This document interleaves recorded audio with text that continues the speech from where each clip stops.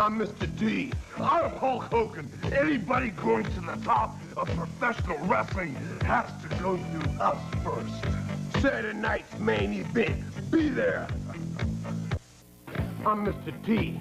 I don't care who you saw wrestle before.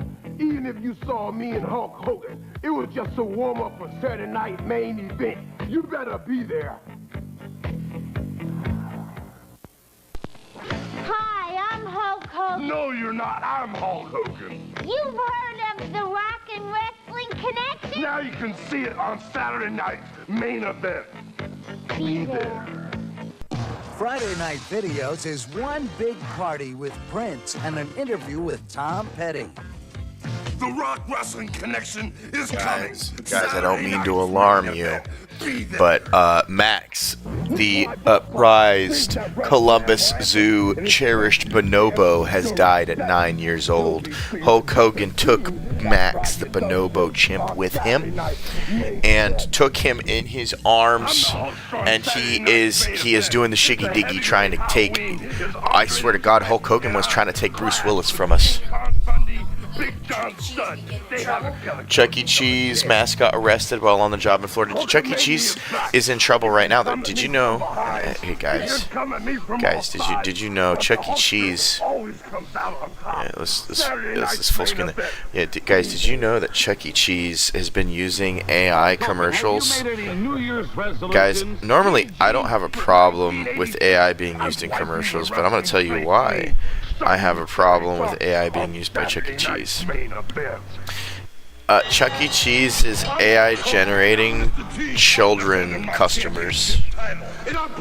Like somehow, you know how they have rules where you're not allowed to have AI kids and scanned kids for AI? Somehow Chuck E. Cheese has an ad with AI kids. I know they were watching the kids play the games. That's what's creeping me out. Chuck E. Cheese built their own AI to video generate kids, I guess. Oh my God, honey, I got an Ozzy Osbourne ad in my Hulk Hogan. He's so loud, so fast. I'm trying to remain quiet. I'm Ozzy Osbourne. I'm Ozzy Osbourne. With breast hammer. Join us on Friday. Doctor with breast hammer.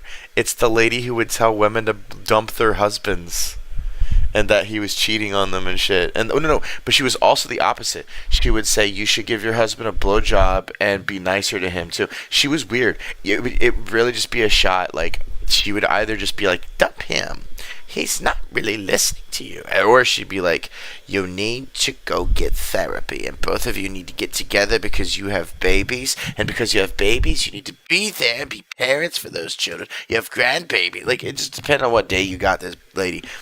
Maybe I'm thinking of the wrong one. There was it's like a genre of people where there was this old hags who would do daytime television acting like they were Cosmo because they grew up reading Cosmo. Night videos.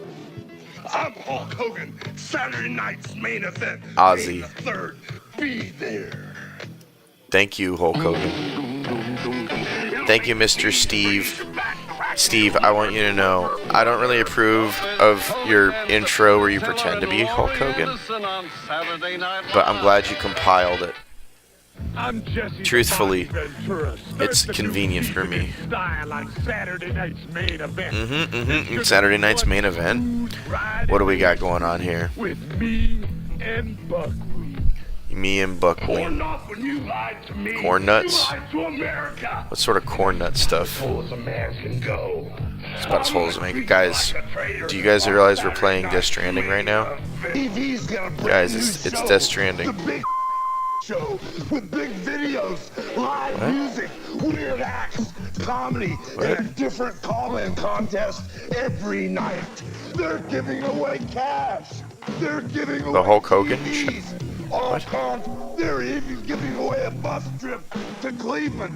They're giving away cameras, bus trip, comic books, cameras, a jet ski, and I want a jet ski. Hogan, why didn't I get this? Giving away me. Or at least What? Tonight with me at a private. Honey, they were giving away a bus trip to Cleveland and giving away Hulk Hogan. You would get cameras, comic books. There was a bunch of stuff, but you could get Hulk Hogan, at least him for a night. It's breaking. Uber is starting a service. Yeah, we already know that. That was like forever ago. Women getting women Ubers was like a thing that Uber did forever ago. Cool. I like it. I like things that help women feel more secure. As long as they're not using it to harass people, you know.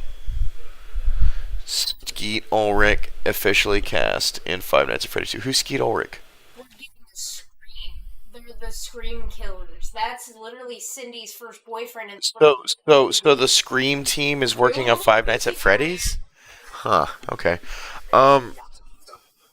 Yeah, no. As for the women getting women Ubers, I mean, guys, I'm gonna have a lot more hard to talk about opinions tonight. I got to talk about Superman and Fantastic Four, but that's tame. Uber telling women to do Uber with women if they want to as an option to me doesn't reek of anything. That's kind of sweet. I mean, there's got to be some places where like they need that. Like, really badly. it's time. That's what it says now. Is time? It's time. Oh, no, to see. For the thing, and then underneath it says, say the thing. It's clobbering time. By the way, I don't know how to say it.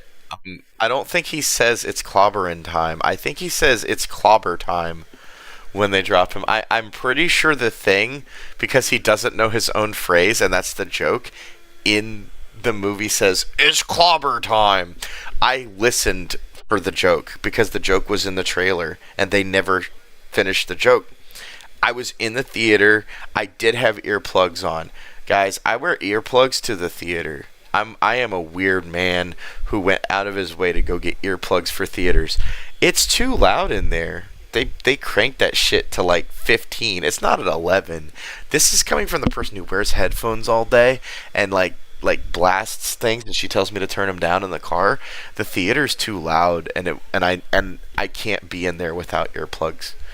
Like, it's too loud for me, and I want to walk out. I can't watch a movie in there without, like, but Final Destination was my tipping point where I said, Dude, Final Destination Bloodlines was so loud, I actually had my fingers in my ears for over half of the movie. Can I say one thing? What? I know that it's an option at places. What? I wish there was subtitles. Oh, dude. So apparently the subtitles thing is like a glasses thing where they have you put on glasses and they're just there. Hello, she's trying to be on the camera even though it just turns her into like this one fat arm. Fat. You could be as offended as you want. Look, you'll be called out. Regrets. Regrets. That's it. All right, but we have opinions about what is it? Superman? Yeah, and I'm going to be doing some Death Stranding tonight. I wanted to really toe the line and let you guys know I waited to watch Superman until now and absorbed all of the Twitter media first. By Twitter, I mean X. Are you trying to, like, be warm? Okay. I'm covering my eye. Oh. Now I'm Guys, floating head. guys, never use the word fat to describe anything on a woman ever, even Unless if they... it's her ass. Yeah, unless it's her ass. Even if she struggles with Oedipus tissue and has fat hanging and dangling skin, and you've been helping her lose 200 pounds, does not matter. None of that journey matters. None of the support you give them matters. You said the word fat. The AI is not really letting you have a facial. She doesn't have a mic. Barely has a webcam. Look, this is the single camera life. We're gonna do this. Yeah, it doesn't. It really. You put your hand on the shoulder. Yeah, there you are. Yeah, Death Stranding. We're actually gonna play it. I know, guys. I may have tricked you with 6.5. If any of you are on the playlist and you're wondering why there's a 30-minute part where all I do is run around in Death Stranding twice and then we talk about Hulk Hogan, that's because Hulk Hogan died, guys, and Hulk Hogan died, and you guys, you can face palm or whatever you. Oh, you're not. No. Hulk Hogan died, guys. I thought you were face palming, but then I looked left and you just like had your neck down like. And we saw watching 2 fucking movies. We had already plans to go see Superman and Fantastic Four. We had found out that Regal Cinema had an early showing contract for Fantastic Four, and Fantastic Four is releasing tonight or tomorrow for midnight showings, but we were able to see it tonight. So I'm talking about it. Do you want the TLDR without all of the people's opinions? Because WuBu likes to talk forever. TLDR, Superman-based Fantastic fuck-ups. I didn't think Fantastic Four was a bad movie. I just think the Fantastic Four as a team didn't accomplish anything the entire movie and had their ass saved by Silver Surfette. Spoiler warning. Silver Smurfette. Silver Smurfette is the main character of the movie and accomplishes 99% of the movie. Unironically, and this is going to be awful, unironically, I'm pretty sure Silver Surfette passes the Bechdel test. Except for the fact that she's a person doing a mission for Galactus and therefore under the power of a man. But due to the fact that she surmises, communicates, overcomes, does the entire hero's journey, and kills... Communicates in her language. Correct. So she fills every aspect of the hero's journey. So in all full technicality, she does pass the Bechdel test, even if she was under the guise of working for a man by being Galactus. She overcomes that entity and becomes her own character by smashing... Yeah. Hulk smash. Alright, guys. Then the quickest summary, Fantastic Four is a baby movie. You should have lots of babies. And Pedro Pascal needed as many excuses to say... Right on a chalkboard. Yeah, he do right on a chalkboard, Pedro Pascal. I'm gonna do this. There's at least 15 minutes of soul footage. I'm starting to feel like they only had like 4 VFX ideas for Mr. Fantastic, and one of those 4 ideas was him writing on a chalkboard. When I say 15 minutes, there has to be at least where it's just, I'm gonna erase something and then write them. Alright, she says 15 minutes. I think it's more like 15 seconds, and they do that 1 second gag 15 times throughout the movie, so it feels like 15 minutes. He kept chalking things out and writing. It felt like a TV show. Back to the lab again. Back to the lab again, Dexter. One scene that's stemming in my brain from What? Fantastic Four is Silver Smurfette coming into the one spot, and then, I don't remember, it's like, oh, here's your girlfriend. To John. It was funny. The jokes were really funny. They really hit it. If malice is definitely prefaced in this movie because Invisiwoman straight up says, kill her. Because she's a danger to us. Kill her. Johnny, kill her. And it's like, oh. Okay, you're evil. Also, Reed's willingness to not sacrifice his child because it's a galactic entity. Bro, he's the evil Reed. Obviously, and we get evil. I hope you guys understand all of that Doctor Doom being in Fantastic Four nonsense means that your Tony Stark is not Doctor Doom. Your Doctor Doom isn't Tony Stark. It's not Doctor Doom looking like Tony Stark.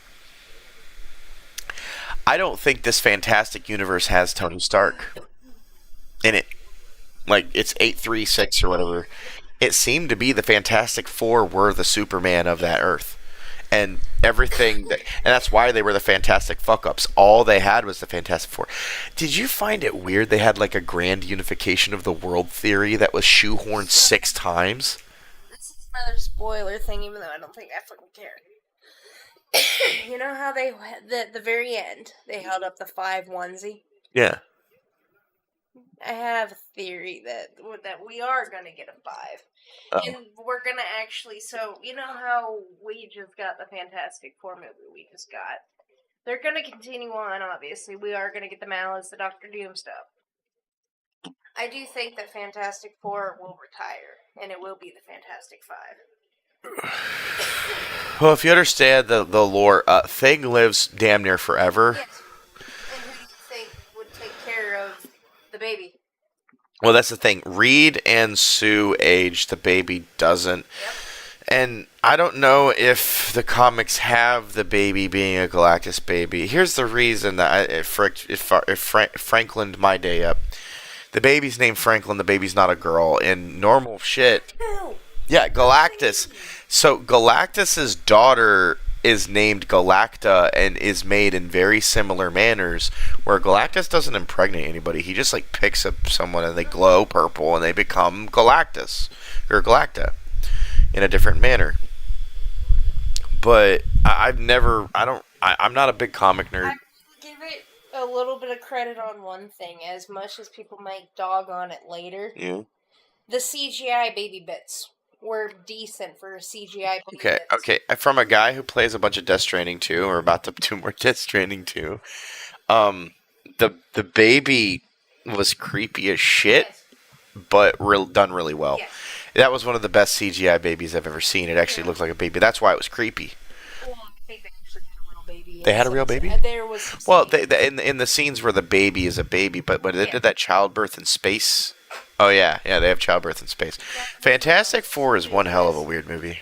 that baby in space. They were going with a much darker tone They with this really movie. were. The Galactus guy, he looked really good until he got off the seat. And I actually think the exact opposite. So I thought Galactus was the stupidest fucking villain the entire movie until he got off his seat and they put him in the ocean. So that spoils. Oh, the black hole Galactus. Well, no, the black hole had nothing to do with Galactus. That was all Silver Surfette. meaning the look of him wise, it was better than him walking through a fucking street. That's what I'm saying. I disagree. I think the black eyes in the abyss thing, while it's communicated a sense of scale to how pissed, scared they were, him walking around the planet really communicated how he did this thing. All right, what you guys don't realize is Galactus has power size changing abilities, so he essentially was walking on the planet to pick the baby And up. what is it that the fact of you seeing how big and large he is when he's sitting the fuck down, and all you see is just horn eyes, and that was it? And I think that was them trying to communicate the size scale thing, so I think I get where you're coming from. It's better that way. I liked the willingness to shrink down and show him having You're no threat to me. well, no, they showed him having magma life force, which was weird because they made it seem like he himself had a planetary magma core, and Reed had a chance of like exiting some of that. He had unpopped one of his back pimples and he started gooping out. And he was like, ah! Obviously, the different studios, Marvel being one and Superman being the DC. When we had the whole like space thing, it felt very Superman movie. I'm starting to realize when I start talking about our Superman shtick that we're about to get really deep into some politics stuff. Guys, oh boy. The creep, the weirdo, look guys. The creep, the weirdo is doing here. Alright, we're gonna Mario for a second because this is about to get hella dank. Switch over. My last comment on Fantastic Four. By the way, we saw Fantastic Four second. We saw Superman first. Yes. And it really did leave an impression for how shit Fantastic Four was. With the memes of things being Pedro Pascal movies right now, other than the fact that Susan was pregnant and gave birth, Johnny simping after Smurf Lady, Thing just being the Thing. Thing had more screen time, actually. It was still, any time that the Thing asked a question, Pedro Pascal answered. Yeah, so it was a Pedro Pascal movie. I have an answer. But if you know Reed, that's the whole comic. Alright, Fantastic Four is the Mr. Fantastic comic. It's how he fucking does it. He literally stretches into the panel being an annoying little shit with his head, with his intervening. So, look, I think the movie was a great Fantastic Four movie on the schlocky aspect. I think for Marvel movies' reputation, it didn't heal shit, and I wanted Galactus to be Kang so bad when I saw the eyes be purple.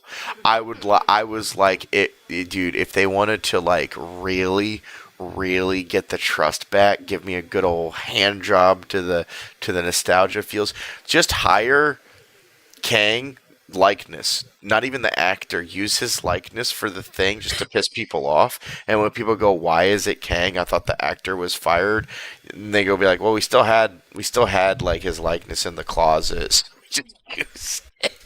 I would have thought that would have been so bald. Because now seeing what Superman did, I'm piecing together my own schizo theory, and you're gonna love it. All right, Superman causes a global world agenda schizophrenia theory to pop out. I believe that James Gunn wanted to make this movie for a very, very, very long time while making the Guardians of the Galaxy, and he realized he was working for Disney and stuck in a contract for Disney, and he had a very, very, very long time to write this movie. This movie? Yeah. Something about Superman feels very triple coded, double coded, quadruple coded. There's My one thing is that with the Superman movie, mm-hmm. I personally felt the one person was rushed. Who was rushed? The Superman movie didn't feel rushed. No, not the movie itself. The character. Which character? Not the chick. The dude that was. Who felt rushed?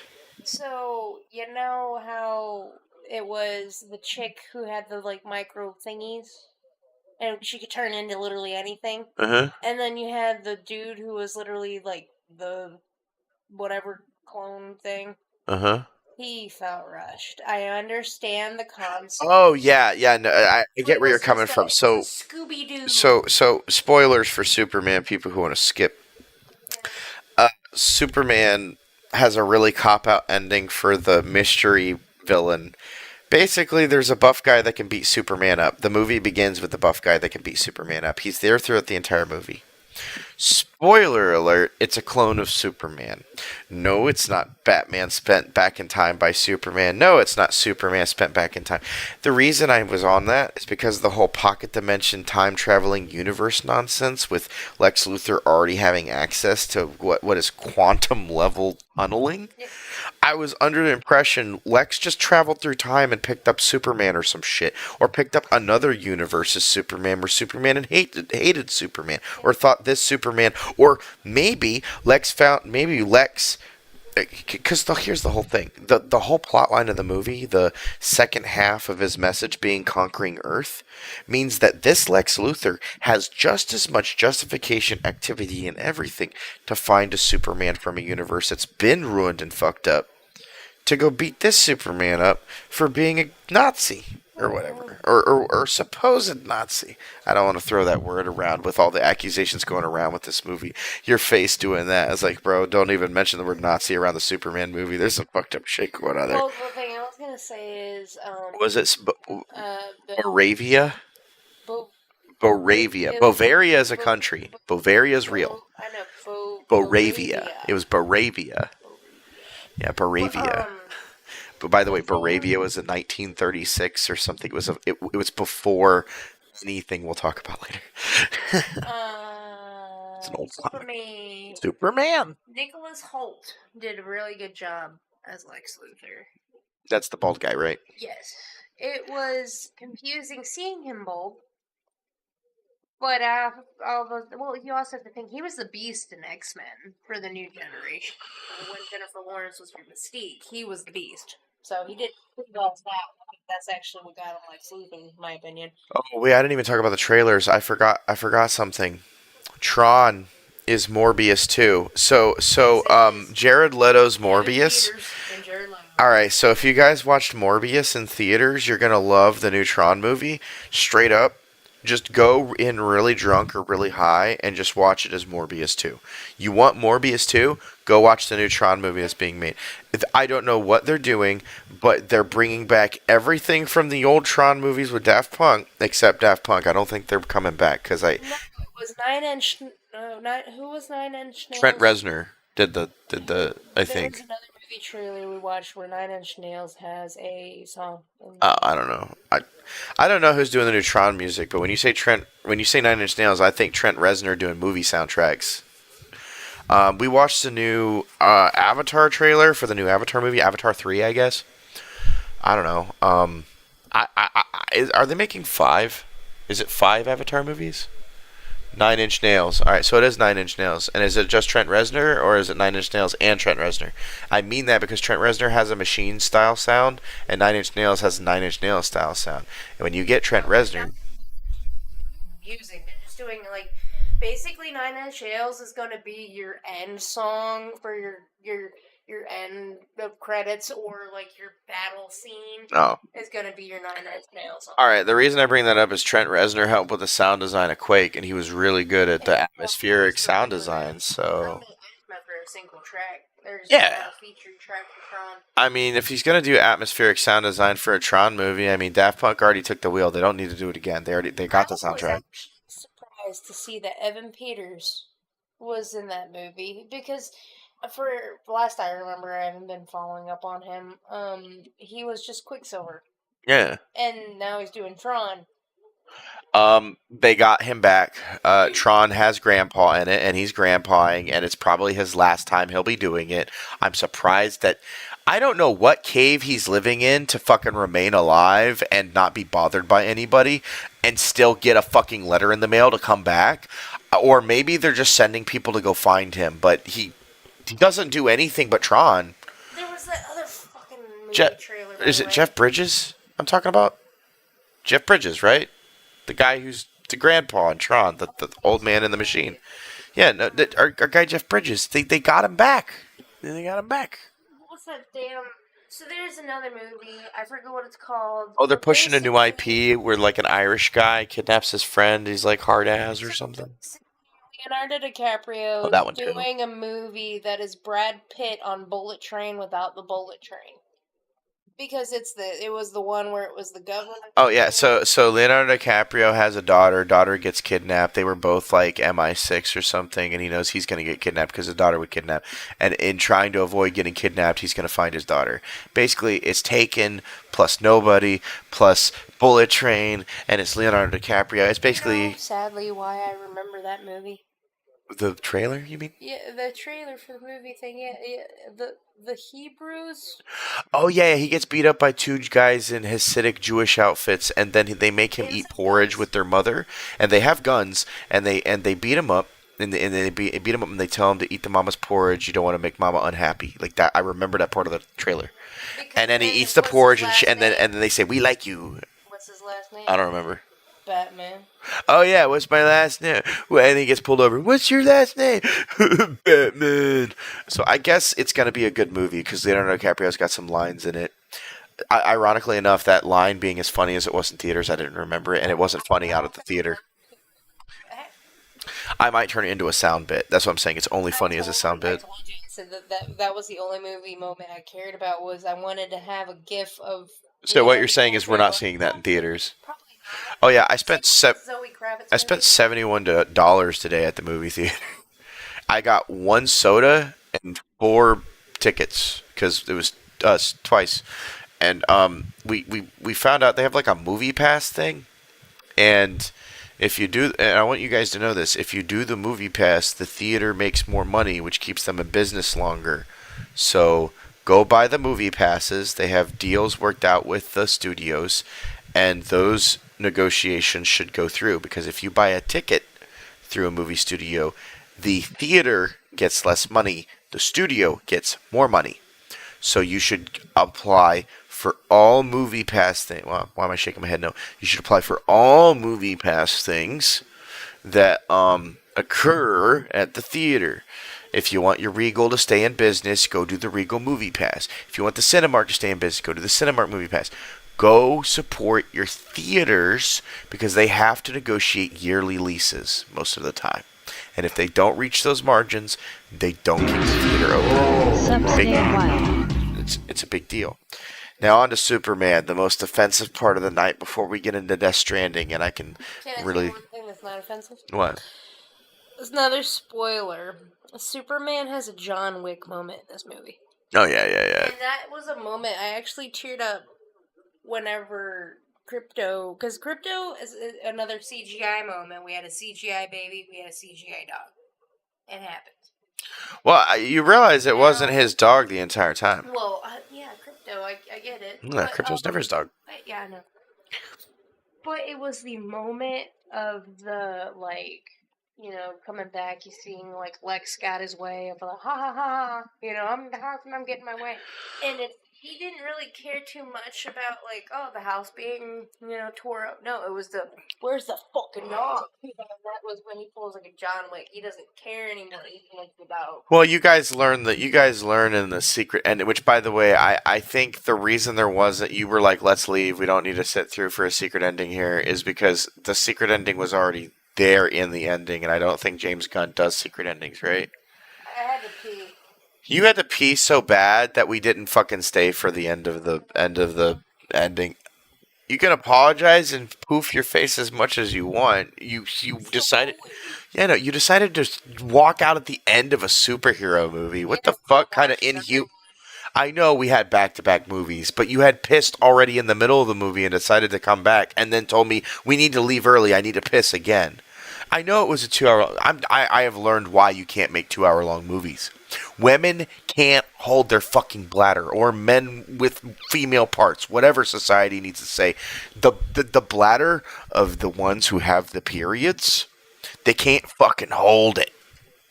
And that's why you can't make a 2-hour movie, because they can't fucking hold it. They can barely get 45 minutes. Especially if a woman has PCOS, they can barely get 30 minutes. It's like a goddamn prostate commercial. You should get your prostate checked. Women don't have prostates, guys.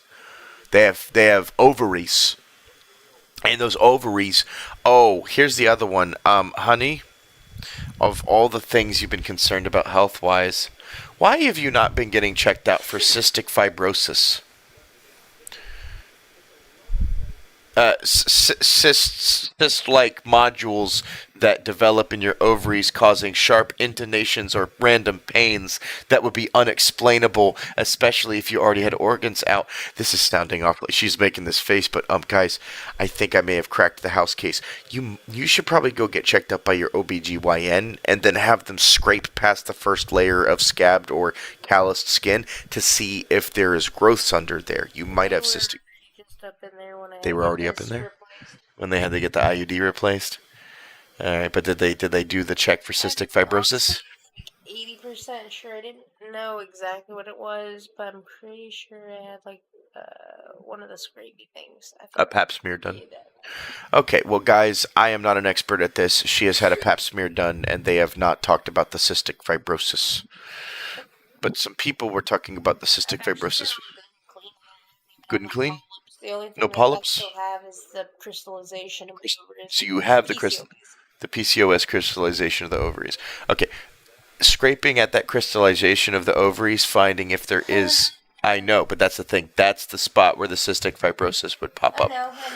That's where the random... That's where the random sharp... That's the random sharp... Is it in the same area where you get the random sharp pains? It's not in the... All right, so the areas where they have scraped or fucked around with your insides is not the same area in which you feel these sharp stabbing. Appendix are no longer. So she has pains where her organs have been removed. Wait, honey, I think you have a phantom pain. No. Dun, dun, dun, he's invisible. Guys, that song's not... That Duran Duran released that song in like 2013. That song is not in... MGS5. Invisible. Invisible. No, but you have a phantom pain in your... I'm invisible. Alright, guys, I've been trying to put this off as long as possible. We're 34 minutes in. We're not even getting into Death Stranding yet. I don't even know how to talk about this. This is really, really hard to talk about. Someone gets shot. Someone does get shot. That was a very impactful, really fucked up.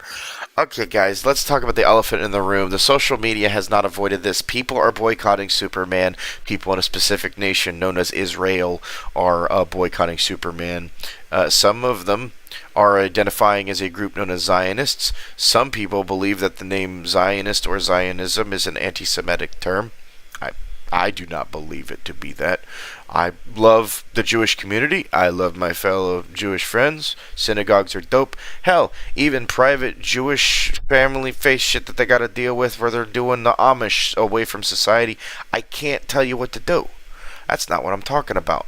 I do think there's some core, fucked up individual parts of any society, and you gotta deal with yours.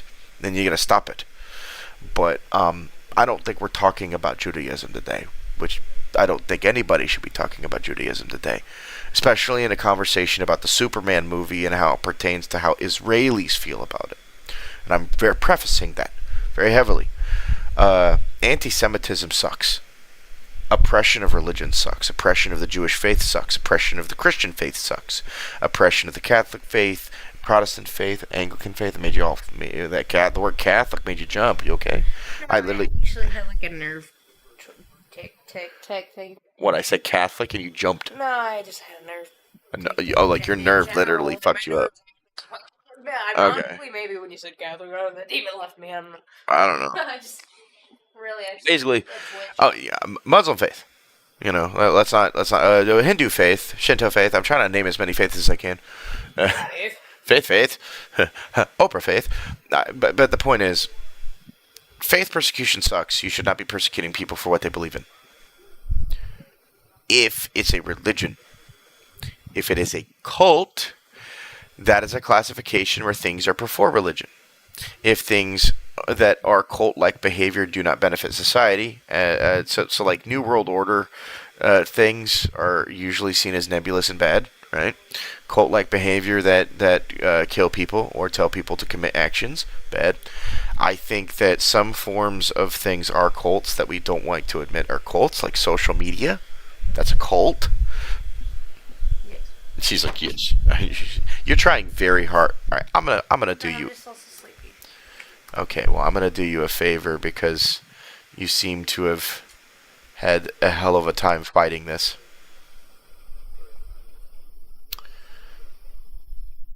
There we go. What does this do? Yeah, we'll make it dumb. I guess it frames me. Great. Wait, I can undo the zoom. You're right. All the way. This is slow as hell. Alright, guy. But only my face. I am the important one. So Superman, right? We gotta talk about Superman. So in the Superman, so the problem we had was the problem we had with Superman is that I was informed of what the movie was before I watched it, and in watching it, I have firmly discovered that the people complaining are complaining for reasons. The people in Israel are complaining because there are direct modern day allegories to things that are happening across the planet. And those things that are happening across the planet involve Israel in a wartime right now with another country in an area of the world called the Gaza Strip. That area of the Gaza Strip involves contested lands in the Middle East between a group known as Palestine or Palestinians and a group known as the Israelis. The Israelis come from a land known as Israel, which, as far as I know, was established around 1957. Had plans in the 40s after what happened with the Holocaust, the actions of an Axis versus Ally scenario, the Axis being, I think, Germans, Japanese, and Italians, and Allies being Russians, Americans, Europeans. Correct me if I'm wrong. I'm using some Call of Duty logic there. And in this scenario, after the Holocaust occurred, people of the Jewish faith were targeted for being Jewish. And I believe this was wrong. This was an oppressive event, and many people were murdered. There are some people that want to debate amounts. I don't think we should be debating amounts. As far as I'm concerned, they were pits of fire, and they were shoveling bodies as fast as they could. Trying to debate numbers on that is semantically stupid to do. People died, they were murdered. End of story. How this death and destruction has been used over the years is problematic, to say the least. Right now, there are people dying in the name of dead people who are already dead in a way that almost feels like a form of self-flagellation or pride towards ones. Yeah, I'm gonna get you more into focus. Prince being, oh yeah, she's watching Good Mythical Morning in this. Oh, okay. I mean, I'm giving the long Israel preface speech for the Superman movie because there's a huge issue with the Superman movie paralleling this, and I see why. There is a moment with the bit you're talking about in the movie where they hold a flag up. They hold a flag up, and it's a call to Superman. It's the Superman flag. And what throws me in a thing of thinkies is that it was held up by children. Yes. Being about to be run over Superman and over tanks.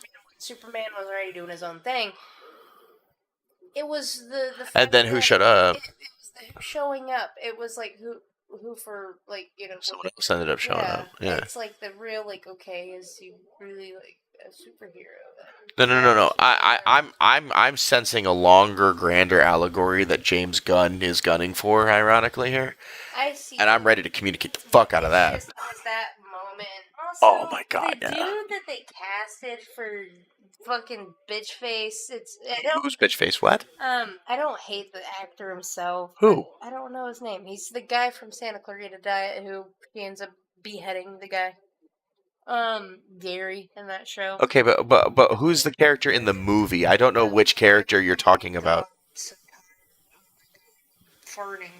Green Lantern. Oh, that's who that is? I didn't know. All right, so I wanted to say that Green Lantern is your cowboy hat from Zombieland. That guy. And I know he's not. I know he's not the same person. I'm not arguing that he is. I'm saying he's the same guy. They literally said, go be that guy in this movie as Green Lantern.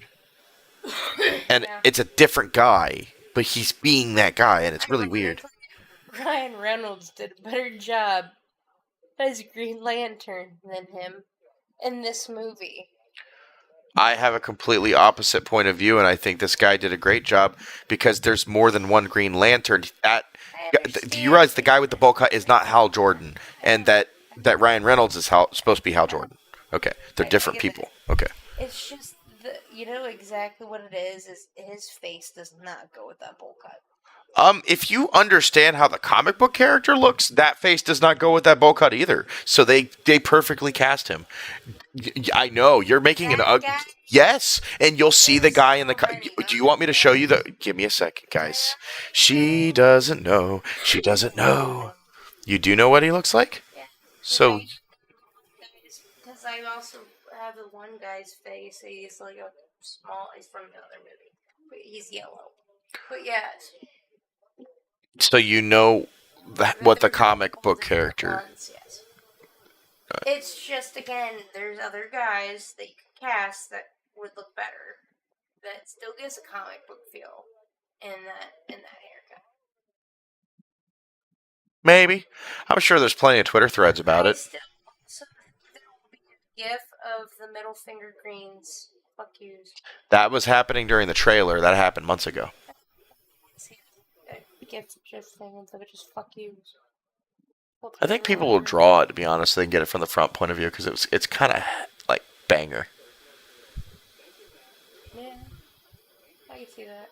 I want you guys to know I'm firmly on this Green Lantern's boat, and I think it was an awesome Green Lantern, and he matches the comic book design immediately. Hawk Girl was a clear win, and the actress doing the Dora the Explorer transition to Hawk Girl, it's understandable. She's not a Disney princess. You understand that, right? Her contract was to like play the teenage character, and she wanted to move on to another. That was Dora. The new Dora? The Hawk Girl is the new Dora. Yes, same lady.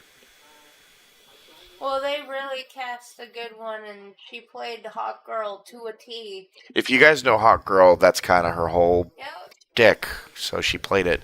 It's just kind of weird that we get a movie last year, new Dora, and then this year she's Hawk Girl and she's doing completely different stuff. And it's like, what's going on here?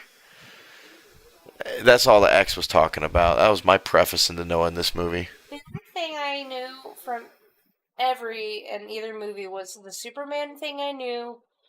I got snippets of Crypto. Yeah. And I think the like I was saying before, that the rift in Superman gives me the same exact quality as the space shit in the Fantastic Four movie. It literally felt like a copy paste. I don't know. I mean, both movies were made at different time scales, different everything, and Superman had a lot more of it and did it correctly as opposed I to. think what it was is the color schemes were literally the same. The Rift had the galaxy colors because it's fucking Rift. You know, they're gonna have the colors of it. Yeah. And then space, you're passing through, it's gonna have the same color. Yeah. Are you just brain blasting right now? Yeah, so that's why I realized the copy paste Okay. for space. Well, I'm gonna continue prefacing the Israel situation in the movie because we kind of you're looking at the TV now, so I know you're listening. I'm just gonna. I actually said I think it's something I needed to say. Oh, I'm glad. Good time. I had a great time too. Happy to see Joseph Quinn be in a movie he doesn't die. That was kind of cool. Spoilers. Is there any other comments you had? Maybe trailers or movies? I don't, because I don't want to cut you off or nothing. I do care. I just see how tired you are, and it's like I don't want to create an engaging response thing where you're supposed to respond if you're just like crashed out. I actually like the outfits in Fantastic Four more than I do even the classic plain blue that we've had in other movies. It felt more genuine to the Fantastic Fourness of it. Yeah, I did. I don't remember where I saw the appearance of the old Fantastic Four people in it, but that's because they were there. It's just the way the movie was set up was so like, all right, so Superman respected my sense of discovery while Marvel jangled keys in front of my fucking face the whole time. And baby, it was as soon as a baby was mentioned. And then the baby was on. Really a baby Yeah. movie. I'm just telling you, if there's a degree of respectability for their viewer, Superman had it, and Marvel was like, yeah, here it is. Here's Pedro Pascal. Do you like Pedro Pascal? Oh, here's some boobies. Here's some boobies. Oh, you like Pedro Pascal? Oh, what she they coming? Here's some Joseph Quinn. Yeah, and it wasn't bad. Oh, it wasn't bad. It was acceptable. This was far better than any other Marvel thing I've seen. It could have gone worse. It could have gone worse. I haven't watched all the Marvel things. Last one I saw was Ant-Man 3 Quantumania. Apparently that one was so bad, and I saw that one in theaters as a date with that lady. Recent movie, Yeah. Guardians of the Galaxy Volume 1. That's how long it's been. All right. Well, Ant-Man was. So everyone hated Ant-Man with a passion, and then there was me. I didn't hate Ant-Man. So Ant-Man 3 was so self-aware that it was Ant-Man 3 that I had an amazing time. But that's probably because I'm a fan of Vinny from Vinesauce, and he does this meme where he plays the part where they go ants, ants, ants, ants a lot. So the entire Ant-Man movie, I was in my mind just going ants, ants, ants, ants, and I was also pretty fucking stoned. So it was a pretty good movie. I kept saying clobbering time in my head. Yeah, that did carry. It's clobbering time. It really or is a. It's clobbering. Here's the thing. that was really the whole shtick. All right, I'll turn this back on. So, guys, let's get back to the subject. She's still here. She's not gone. She's just. Yeah, you're still gone. Thank you for the cuddles on my arm, though. The Superman thing.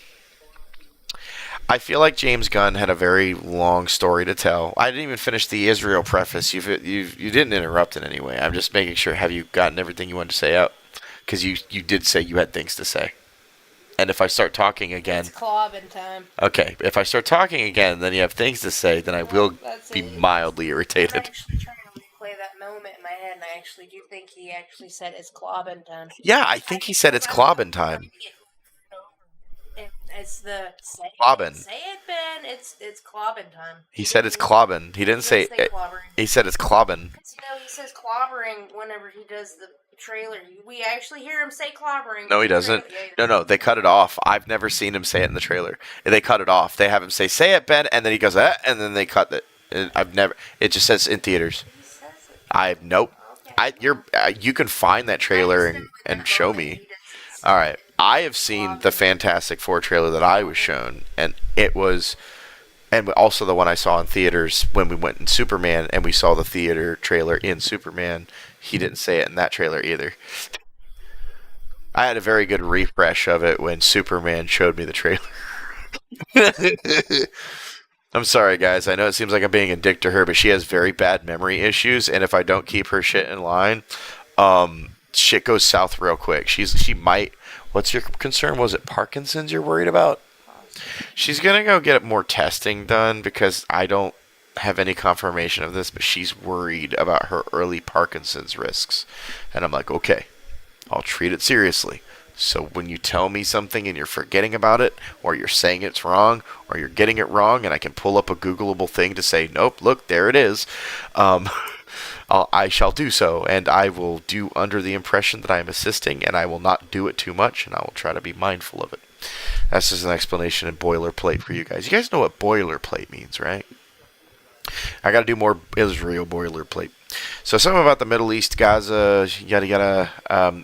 Israel wants to land in Gaza because Israel has a manifest destiny thing going on right now.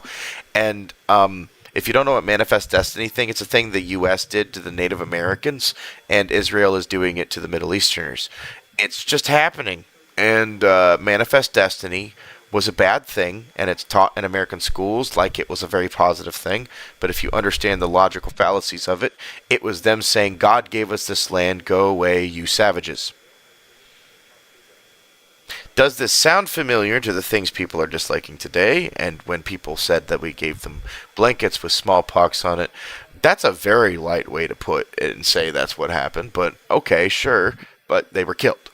So people died. Lots of people. All at once, so land could be had.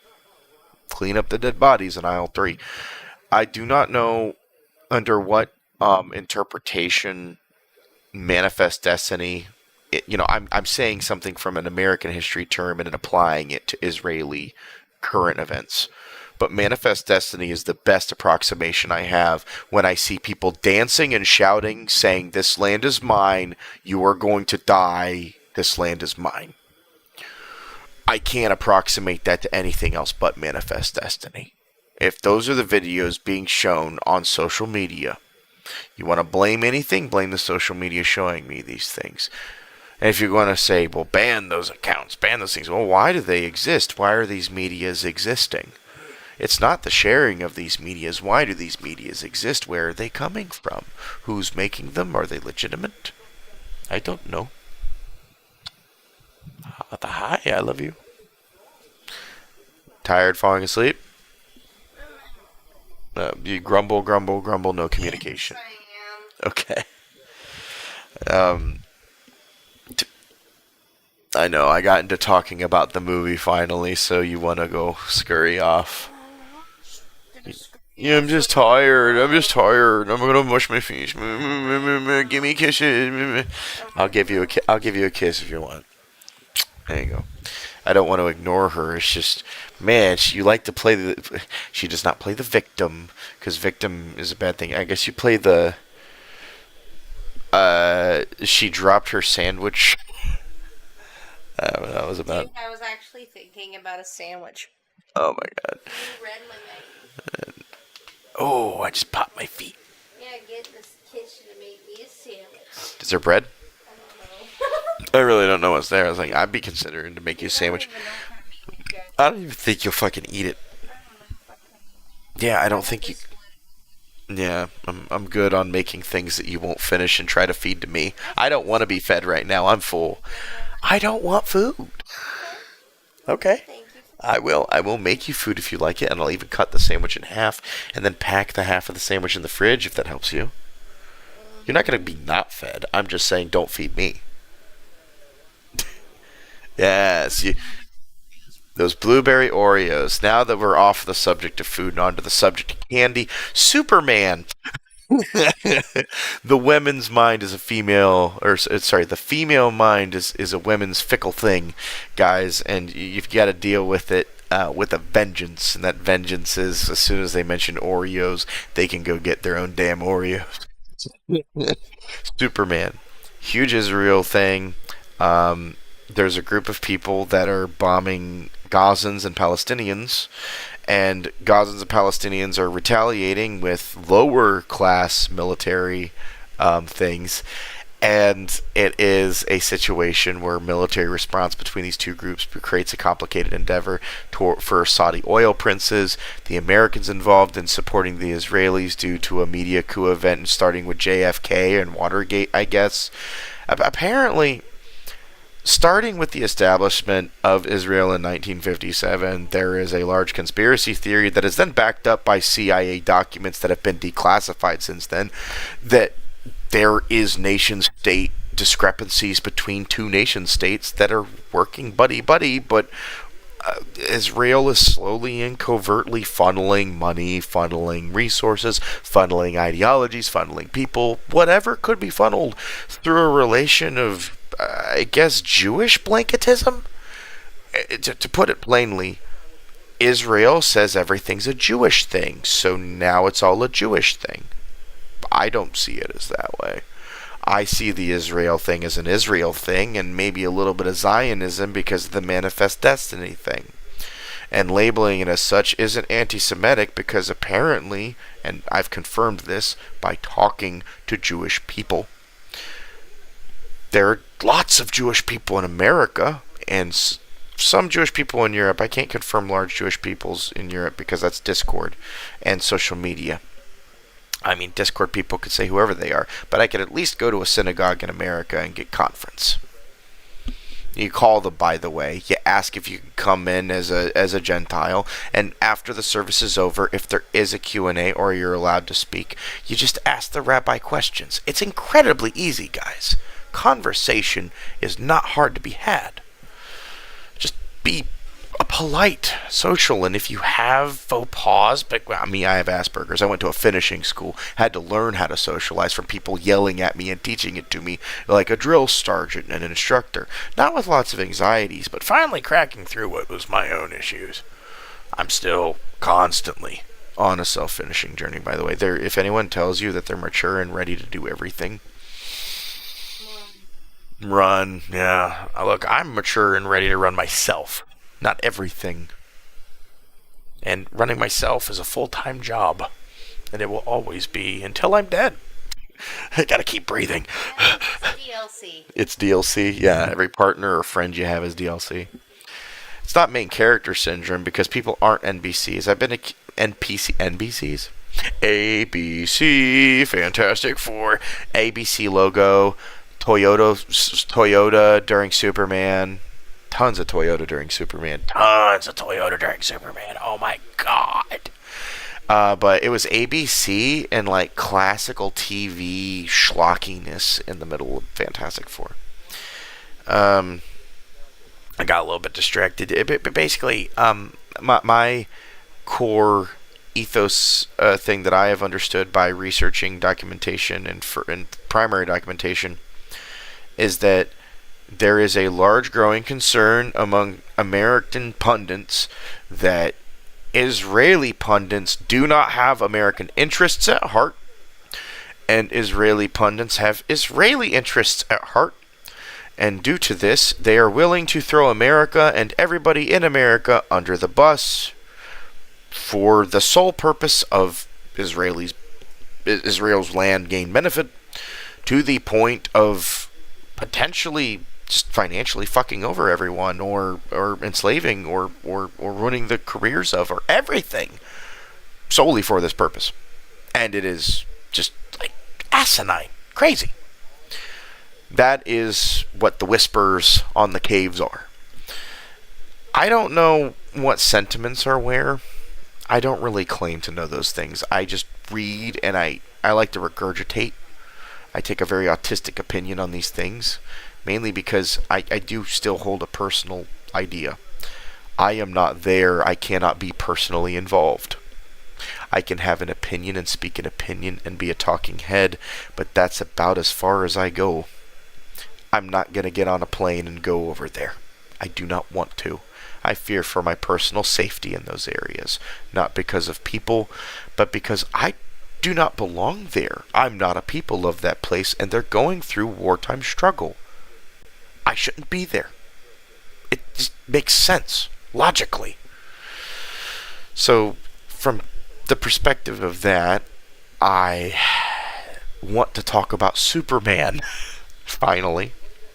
I want to talk about what I think, in a schizophrenic theory term, James Gunn was waiting to do with Superman. Because I am under the impression that James Gunn is using Superman as a utility vehicle, just like Israel is accusing him of, to bring a come to Jesus moment effect against Israel. And I cannot deny that message. And when they accuse him of saying it and want to boycott the movie, I cannot deny that he did that.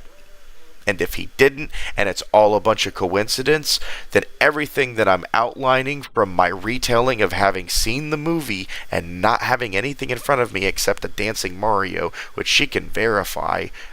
Here, I'll even do that. You see the dancing Mario? Well, they can't see you, but... Yes, Dancing Mario. So I'm with me and Dancing Mario here. I'm going to try to recollect, not the whole movie. I don't really want to give a play-by-play, but I'm going to recollect the perspective of the Israel situation. This is coming from someone who I denounce what is going on with the bombs being sent over to the Palestinian side and believe that de-escalation can occur through communication, but it is unwilling to do so because the locals very near the fence hate them with a passion. Videos of locals, recorded by locals, is social media gloating about it? Show me that. It hasn't been a best kept secret. They just don't post in English. Posting in Hebrew does not make it magically invisible, guys. It just makes it posted in Hebrew. The keyboards have Hebrew characters, and a person can translate or learn how to type. It is not difficult to learn various phrases and use them to research. You use those phrases a lot. They overlap a lot. And in doing so, these social medias tell a story. The story that I have witnessed is people in Israel really hate Palestinians and want them dead and gone so that they can own the land there. It's not all the people in Israel. It's mostly the ones that are closest to the border. The ones that are financially incentivized to earn that land because it is free land that will be worth millions to them because their land is a religious mecca of tourism.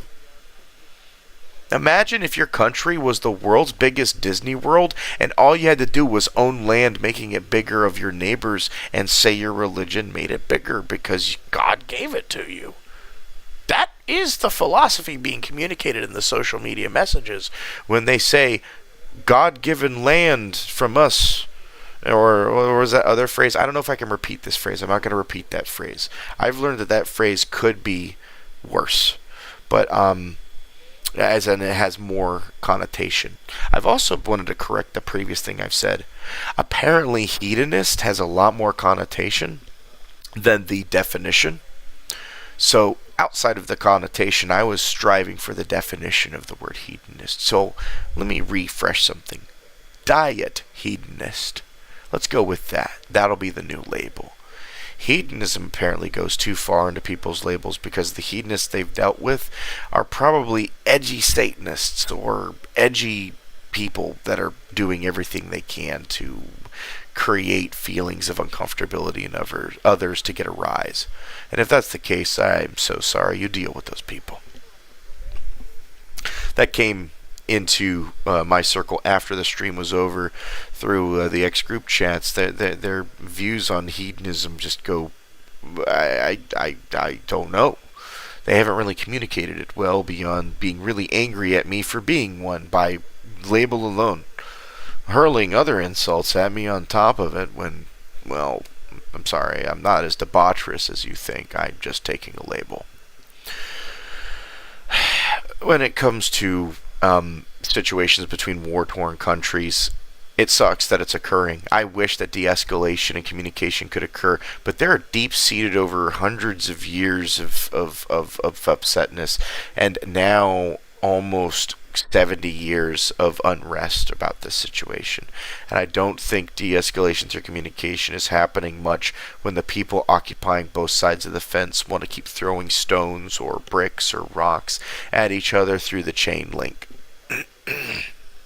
Or in, from what I have found, are valid crossing areas where they have treaties of being able to move, being rained with beer bottles on the chain link fences above, where they keep throwing beer bottles when they see someone walk under because they hate you. That is not an environment where peace is created. So I understand that this is a very terrible situation between those two countries. I live in the United States of America. I live in Ohio. I want those places to stop fighting, and I'll do anything I can to help communicate that. But I can't do much more than that. I think that's enough preamble boilerplate bullshit. I can finally talk about what James Gunn represented in Superman. Superman has a very firm message of anti-Zionism, what that I can see. A very firm message of anti-tribalistic ideas of occupation, and uses a lot of symbolism and representational things to evoke an idea of what is going on right now between Israel and Gaza. Undeniable. You cannot make an argument that it's not there. And if it is pure coincidence, then whatever screening and boardrooms made it before it went to market just didn't care. To preface things, I believe James Gunn, I may have said it to her earlier, was trapped, so to speak, in a contract with Marvel in a way where he witnessed a lot of things and wanted to make social commentary on them. And when he tried to initiate them into his stories, he was told, do the opposite. We need this to be more progressive. So he went full progressive, and he failed to his audience. And I think he's doing the same now, but in the opposite end of the spectrum. If he's doing it for profit, I don't know why he would do it so blatantly like this in a way that calls to message on this. But if it's not for profit and it is an ideological based thing, then he has a clear-cut point of view that Israel needs to stop what they're doing. They need to have everything they've been doing exposed from what has been already exposed from CIA papers, but have it shouted from the rooftops, I guess, is what James Gunn is saying. And that this situation should stop. And Superman needs to come in and save the day. I believe there's a lot of representational allegories between characters in this movie. And there's things meant to represent or how things should represent. And if it's meant to communicate or evoke a message, as the timeline that I best remember in the movie does, then this is kind of like 1940s Superman all over again. And if that's the case, it's being used. I've prefaced the Israel thing, now I've got to preface the Jewish thing. Judaism is a faith. It is the faith of Yahweh. There's two separate sects of Judaism. You've got Hasidics, which are usually seen as like way more traditionalists, and then you've got your New Age Jewish. I separate into those two camps, really. Doily hair or Seth Rogen. The best approximation I can give you guys without being stereotyping. Beyond doily hair and Seth Rogen. You can have both groups. It's a Venn diagram, boys. It's not an exclusivity list, dudes. You can overlap. But this is a situation where the American Jewish man, I think, fits into James Gunn's ideology of this movie. And I'm going to stick with this message to try to guide you guys along to just stick with me here. the American Jewish man loves functioning in the American government, paying taxes, having a wife, having kids, going to synagogue, operating just like the American Christian man. Are you seeing what I'm saying? Normal, everyday Joe, they have a choice of religion. Do you get it? Normal citizenry. Normal people. Not entwined in a social identity crisis of land acquirement in a country half a planet away. Starting to feel that degree of separation here for what an American Jewish man might be going through compared to a on the boots, on the fence line in Israel Jewish man. Remember, I said earlier, Israel since 1957 has made Israel a Jewish identity thing. It is Jewish identity, core Jewish identity. You should come to Israel, come visit the tabernacle, make pilgrimage to the approximation of Muslim Mecca, but for Jewish people. Because Jerusalem, it's in the Bible, it's in the Talmud, it's in the books. I don't mean that facetiously. It's very much a human rites of pilgrimage as part of the human's hero journey, and things that give them that sense of accomplishment and mental relief from the anxieties of growing into post-puberty. It makes sense, and every religion usually has one. It shouldn't be ignored. But how this one was sanctified, codified, and made through paperwork happened through lots of means that after the fact people don't agree with. Lots of people. All over the world. It's already happened. Can't tell them to knock it off now. It's just the paperwork comes out when... Let me fart. I farted. The paperwork comes out with like CIA documents being finally declassified, Watergate files finally, everything finally being declassified, but in a way where it's like, yeah, look over here, but don't look here. Hey, let's talk about this now. But it's right there. It's out in the open. It's the best kind of in the open, right out in the open, available, free to read, but quiet. Guardians of the Galaxy, I think, has a thing about this, where in the beginning of the movie he's getting his building paved over, and they are telling him to go to a basement to read a piece of paper that he didn't see, and they paved his house or something. And the planet Earth on a grander scale gets paved over by a planetary force who told them all they had to do was go to Karzog something and read the blah blah blah, and they didn't. That superhighway paving Earth. I think there is a sense of humor in scales like that, and I hope that there's a sense of humor in how we stop atrocities.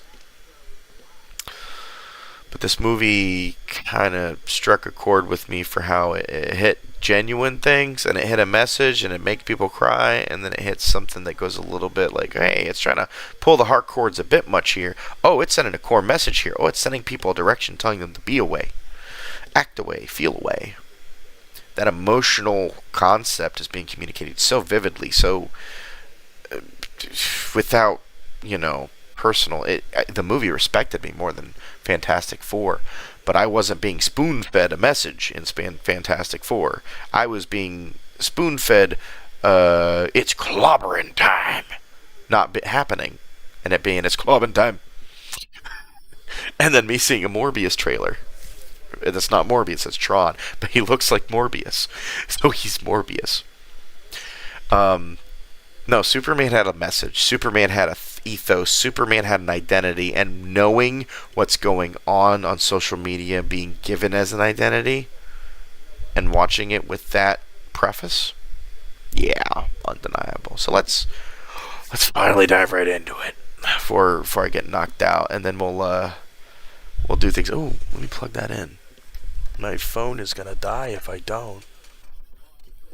Guys, my phone is gonna die if I don't. Hey, guys, my phone will die. My phone will die. My phone will die. Oh, I plugged it in. Now my phone, it will not die.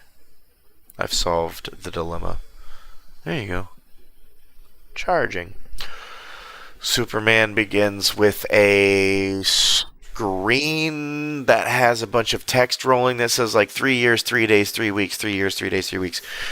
Basically, Superman's getting his ass kicked by a masked man. That's all you need to know. Superman's got his ass kicked. He's finally coming back to getting his ass whooped. He landed in Antarctica, and you learn about the Antarctica tower power place he has. There's a joke about the robots not having emotions. They actually have emotions. Anybody who's nitpicked that detail did not actually watch the fucking movie, or they only watched the trailer, and it tells. So that robot thing was a dog whistle. And they didn't watch the movie. He gets sun healed by a machine. The robots help him sun heal. Bababushka. Robots say, hey, should rest. He's like, nah, bro, I gotta get back out on it. And they even give him a percentage. He goes out to do the fighting. Turns out some lady was sneaking around to find out the Fortress of Solitude. Lady says, I can dig in. Lex says, nah, come on back. While this is happening, I can't remember. Like, the beginning of the movie is a little foggy. There was like, he got his ass kicked. He finally lands. And then he comes back. And then there's Bulgaria.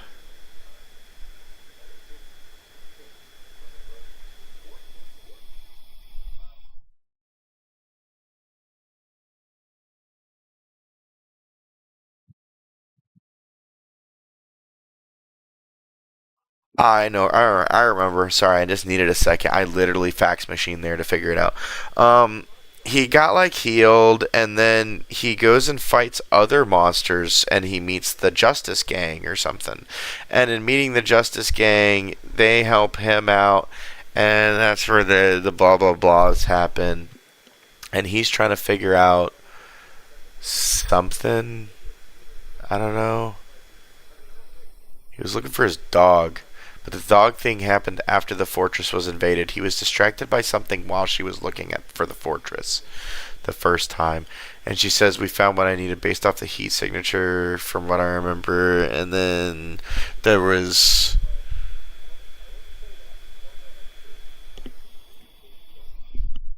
Yeah, I'm trying to look up, scrub along a timeline. I know there's whole CIA theories about looking left and right, but regardless of what you guys think, I actually look along a timeline. Like Sony Vegas. So left and right is not imagination and truth.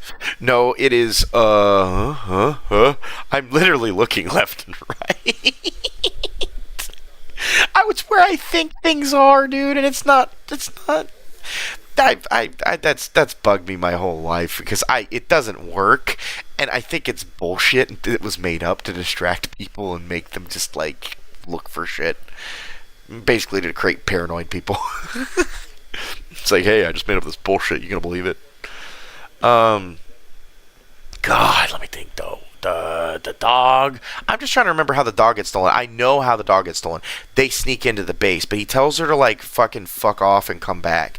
And during the fuck off and come back moment, we have already seen the hammer thing, and there was some sort of he got recovered. He had to come back from doing thing. And it was because of the hammer of something. The hammer of Boravia. The hammer of Boravia guy beats his ass. But I thought he got his ass beat and then he came back to get his ass beat again, I guess. Yeah, I guess that's the distraction. Wow, that hammer of Boravia nonsense. I got locked up in a circle I couldn't figure out. The hammer of Boravia nonsense... figures out she sneaks up nanobots and he tells her to fuck off. They fly back. During some other distraction, I remember when they go invade the ice tower to go let them do whatever they do. That's when they release the little tiny monster that turns into the big monster, and that's when they meet the Justice Gang, and that's how we get the Justice Gang all introduced. Then when they get the monster thing, they gets into the thing, and this is where we get into the final, like, it's actually happening. James Gunn is pushing the shit. We see it actually starts at the very beginning when he first gets his ass whooped and he first gets healed the very first time, and he's not smiling, he's just getting healed and he looks like he's in pain. He's listening to his parents' message in the original language, and the language is like this weird blah blah blah blah blah language. I don't know what they're speaking in, but it felt like kind of they were trying to do a Middle Eastern Jewish thing. And he was listening to it, and he was like, I love it, I love this message. The first half of the message, because it's garbled. The second half, he doesn't know the second. He's grown up 32 years, 33, 34 years, not knowing what the message is. But the first half says, go to Earth, be the hero. You know, that's literally the 2-sentence summary. Go to Earth, be the hero. He doesn't hear the second sentence. Rule over them, you're their master. There you go, summary. That second half of the sentence is where we get a lot of the painful pushing allegories part. And the country of Moravia. Let me get some details right and actually like have this on screen, because let's look up this thing here. All right. 1939.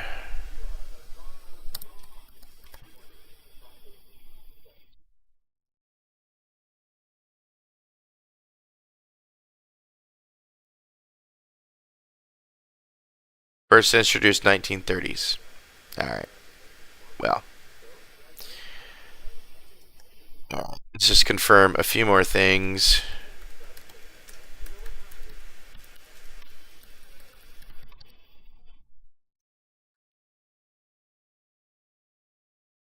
(1947) is 1939 before 1947.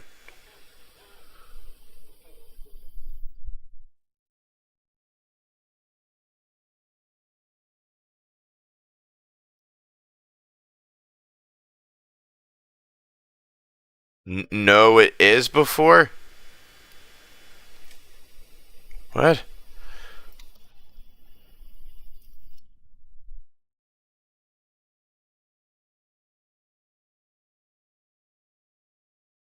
Guys, I think I figured it out.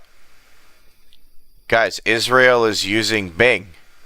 And that's how I just solved the Middle Eastern conflict, guys. I don't think you guys realize I just solved the Middle Eastern conflict. It's so simple, guys. I haven't thought about it before. The guys in Israel are using Bing, and it says that 1939 is after 1947. So they're like, "Yo, this is racist." It's because you're using Bing, dude. All right, all shits aside. Moravia is established in the Superman comics in the 1930s and is like a thing. James Gunn knows this. He's trying to use his smoking gun shit. I think he did this with progressivism, by the way. If you guys know, he's just playing both sides of the deck. But Moravia is like this 1939, I just confirmed, but 1930s, 1939 nation of a civil war unrest.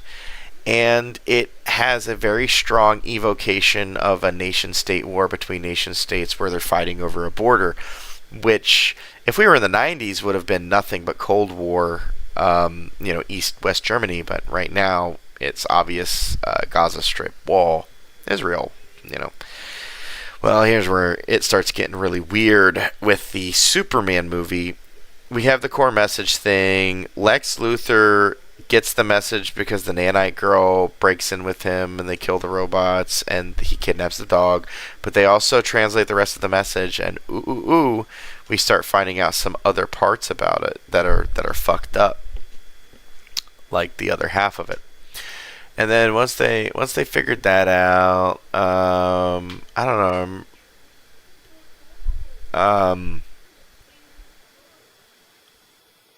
Oh yeah, it was during. He was still fighting the monster, and they just did the thing where he fought the monster, and then Lex Luthor drops the bombshell that the second half of the message is the conquering the Earth bit, and basically Omni-Man. And with that, we cut to this thing with the Baravia stuff. We've seen it a few times maybe throughout the movie, but the Baravia imagery is a lot more evident. And once we get the portals backdrop where they pull the whole James Bond dun dun, the doors open, we did the big unveil. They did that like a bunch, and they walked through a bunch of tunnels, and there was a lot of cool light tunnels, and the tunnels shake like they were made of styrofoam a bunch as they walked through them, and it looked cheap, but it looked like the good kind of cheap. I actually liked it. Made me think of campy Batman.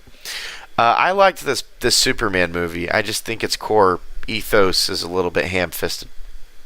So Lex Luthor goes and he steals the message, and then he takes the dog, and then he drops the message that Superman is here to conquer humans, and he pushes the whole point. Superman's here to conquer humans, and seeds that unrest. And this is also during the thing where he had already like punched the Baravian president against a cactus or something to tell him to fuck off on this invading the Jahanababa place. The Jahanabars?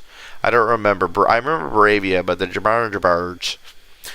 And we basically learned that Superman went outside of U.S. jurisdiction, threatened a third president, and he's like acting as a third entity as Superman. And Lex Luthor's problem, and pretty much a lot of people's problem, is that he's an alien. He's not an American. He wasn't never born in America either. He's like a baby that landed here. So he's an alien. And Superman, Clark Kent, considers himself an American. No, he considers himself a human. I think he considers himself a citizen of Earth in the comics, but in this movie, I think he does stick with that citizen of Earth identity. Lex Luthor hates his guts. He wants him down. And then the message bomb drops. Clark Kent's all sad. He starts wondering about how they got in to get the message. He goes back to the tower of nonsense. He gets in. He sees that the dog is gone, and he goes like, "No, the dog." He starts freaking out and John Wicking it up. I can't remember. Once the dog's gone, does he fly as fast as he can to Lex Luthor? No, he flew as fast as he could to the... I don't know. There's a scene where he's flying super fucking fast, and it's either to the dog or to this fortress. Whichever it is, he flies super fast, and he pops on in. And he flies to Lex Luthor, says, "Where's my dog?" And Lex Luthor makes him look even more fucking crazy. And that's when things sort of pop off. The "Where's my dog" nonsense keeps going. Oh yeah, Lois Lane and Clark Kent and Superman that are fucking. They already have that whole thing figured out. There's a lot of things where what's his face Olsen, Jimmy Olsen's in this. He's got a whole lot of stuff. It's pretty chill. The Jimmy Olsen gimmick is nice. I like it. They worked it out well. Jimmy Olsen has a thing for that chick. She actually gets off. Turns out Lex Luthor's a douchebag who puts his girlfriends in pocket universes. Oh yeah, Lex Luthor has pocket universes. Mr. Terrific, excellent character in the movie. I'm trying to knock some things out before I get into the distracted and stream nonsense. I'm going to do one mission in Death Stranding tonight, guys. I promise you that. The way Twitch works, I always do one thing in my game. Maybe not like the mission. I at least turn the game on. But what the nonsense we're dealing with the Superman Baravia scenes. I'm trying to get you to the Baravia on TV.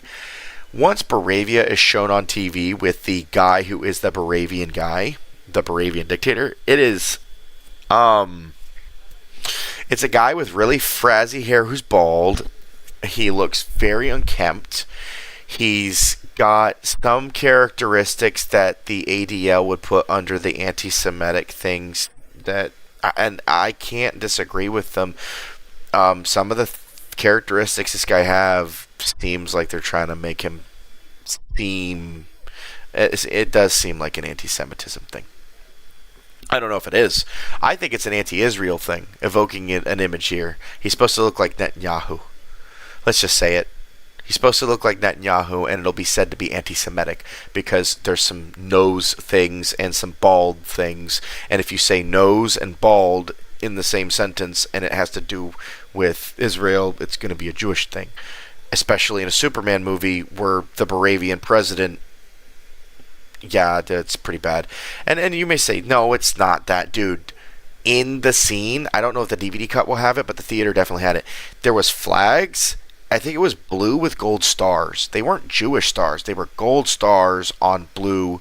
So you got blue with gold stars with a guy who kind of supposed to look like some angry looking Netanyahu type with fucked up hair. And he's working with Lex Luthor. Dude, it's pretty bad at that point. And this is without the part of the movie that gets into it being an allegory for the Israeli-Gaza Strip conflict. So the movie already, you're strike one. The guy who was on screen for the Baravian president, okay, when he was first on screen, it was just, I don't like Superman. But when they cut to the part where he's no longer just a TV guy and they pull into the he's in the office part, that's where the whole scene switches and it's like, yo, you see the whole area. You see what's going on. You see how he's got fucking security officers by him and they're kind of pulling a Russian vibe too. Like he's some pseudo-Russian dictator so that they can kind of like do it. But it's not looking good when they're doing the ideological har har har har har. We're gonna take them down and eat them like cereal talk, and it does seem pretty, you know. I don't think it's good, and it could be seen as anti-Semitic to people who have problems with that. So yeah. The Baravian president is working with Lex Luthor and walks through his own teleporter tunnel in his own 007 reveal. And it is when you see that things start to get pretty fucked up. The movie gets very hitting your emotions with some very fucked up scenes. Lex Luthor learns during one of the fights that Superman has that a guy who gave him falafel in the street talked to Superman. And he calls them something and he thinks he's somebody. I don't know. And I think this guy seriously like gave Superman falafel twice or something. I can't remember what the line was. I think he's like, I fed you twice. Or I gave you falafel. I can't remember what the food was. I gave you meat stick. I love you, Superman. And this guy is... Superman doesn't know him from shit. But he's like, he remembers him because he's Superman. He's got the Superman memory.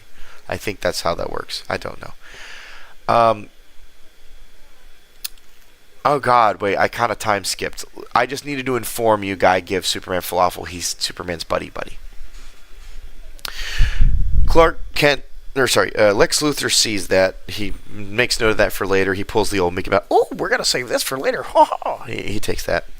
And there was some weird double, like LexCorp is controlling the media. There was some LexCorp controlling the media vibes. There was LexCorp controlling the social media vibes. I want to get there fast, but I gotta say. So Superman turns himself in. That's important. Superman decides to turn himself in because he wants to see the dog, not because he wants to turn himself in. That's the fucked up part of him turning himself in. Superman turns himself in because he wants the dog back. We don't learn why till the end of the movie, which I think is fucking rad. But Superman turns himself in because he wants to find the dog. That's when he gets handed over to Lex Luthor, and there's a whole side thing about Lois Lane and Mr. Terrific. By the way, Mr. Terrific's design, badass. Mr. Terrific's orbs of badassery, badass. Mr. Terrific's T-face thing, badass. Actor choice, character, discussion, everything. Mr. Terrific, badass. And if you're telling me Mr. Terrific builds the Teen Titans Tower because it's shaped like a giant fucking T, and that's the reason that Cyborg gets the tech, I am all in. I think that's what James Gunn's gonna do once he gets out of this Israel nonsense. It's still Superman to me. I just think that there's a lot of ham-fisted stuff. Anyway, Mr. Terrific and Lois Lane go to track Superman down, but Superman turns himself in. We get introduced I'm time skipping a bunch, but whatever. I need to get to the point. We get introduced to a guy who can turn his hand into a rock. His hand is kryptonite because Lex Luthor tells him to. And there's Space Guantanamo Bay. Let's make it clear. There's Space Guantanamo Bay, and it's run by Lex Luthor. Space Guantanamo Bay and Space Prison, where people go to get tortured. No, Guantanamo Bay's been closed, remember. So there's already another Guantanamo Bay somewhere else. Where people get beat up when you need them to. So say this place exists and Lex Luthor has it. Again, James Gunn allegory. There's people locked in boxes, and they're like all prisoners that are silenced and supposedly dead, but not.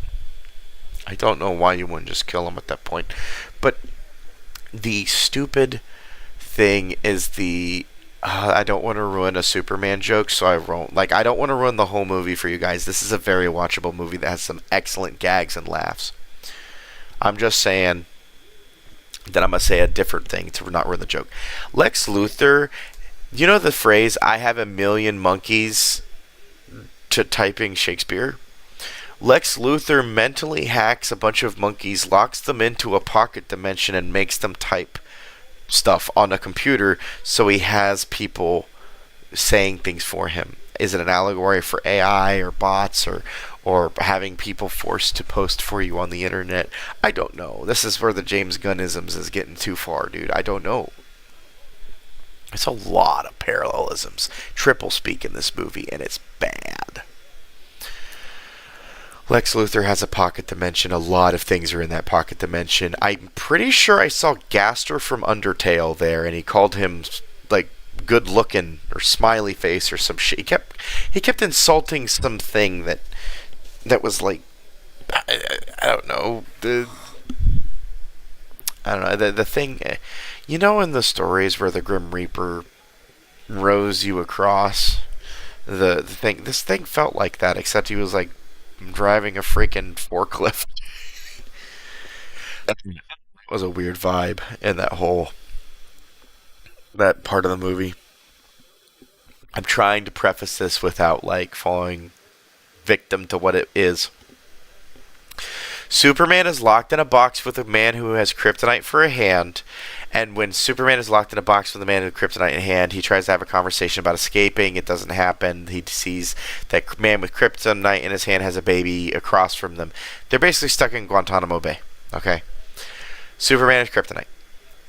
Lex Luthor comes up with the Baravian president, who might be an allegory for Netanyahu, we don't know, and plays Russian roulette with the Hillel falafel guy, and to make Superman say stuff. It doesn't end up working. But the Baravian guy and Lex Luthor just sort of laugh off that they shot a guy's brains out in front of Superman, and they only get 2 shots in, and Lex Luthor says, "Oh, I thought we would have gotten farther with that," or something, and it feels straight out of a fucking like Saw movie or something. It's fucking horrific. Superman is sitting there with a lesioned ass face, and he's like, kryptonite poisoning. This is horrific. By the way, the falafel guy gets a newspaper article because Superman is Clark Kent, and he gives an interview to Lois Lane and says that's what they need to put in the story. So that guy does end up getting like a thing in the movie where it's like he was the martyr of this whole thing, and Superman acknowledges it.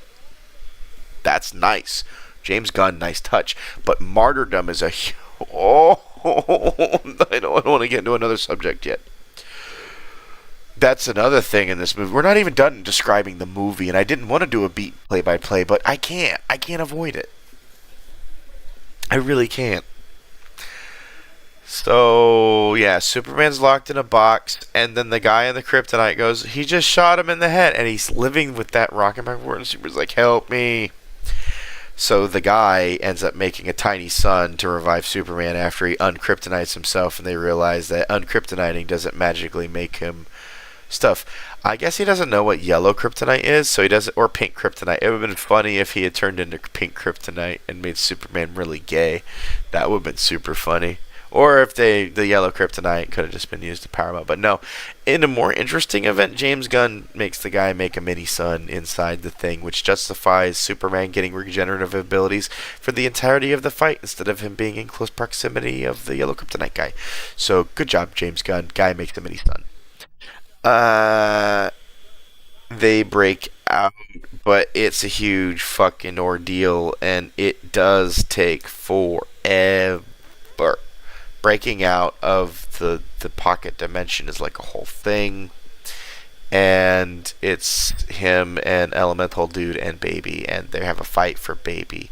That Baby, he fights through a bunch of like Fruit Loops. I know what's going on in the movie. I'm trying to describe it funnily.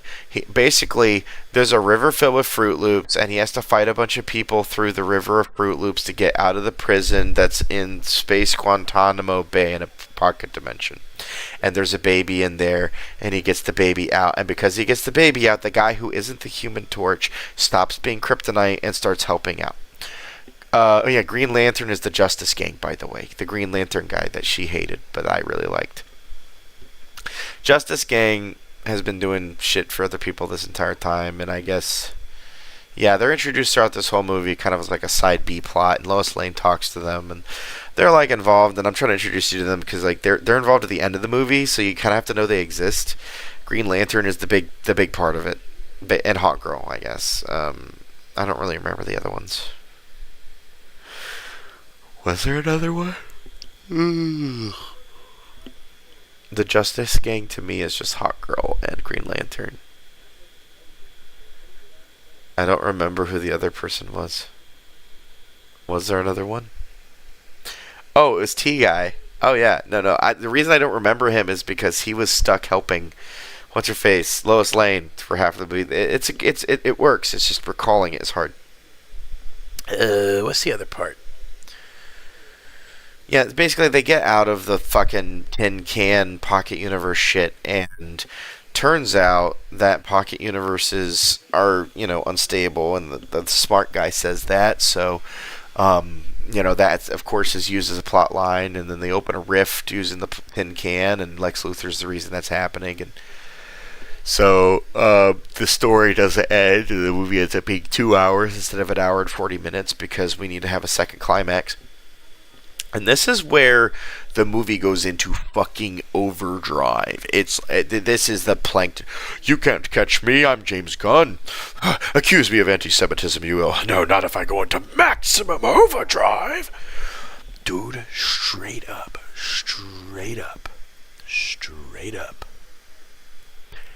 Has the return of the Baravian general wanting to take over. I thought it was a Russia-Ukraine thing. I thought, nah, these newscasters are stupid and they're gonna misread a Russia-Ukraine thing as an Israel thing. After seeing the blue flag with the yellow star and the guy who's supposed to be like a troll Netanyahu, I don't think it's a Russia thing. He doesn't look like Putin, doesn't act like Putin, doesn't scream like Putin, doesn't talk like Putin, and the things that's going on are not very Russian. I get where they're coming from. So yeah, the conflict begins to come back because Superman returns from the portal dimension thing with the dog. Once they returned the portal thing, the dog, I'm trying to remember how they justified.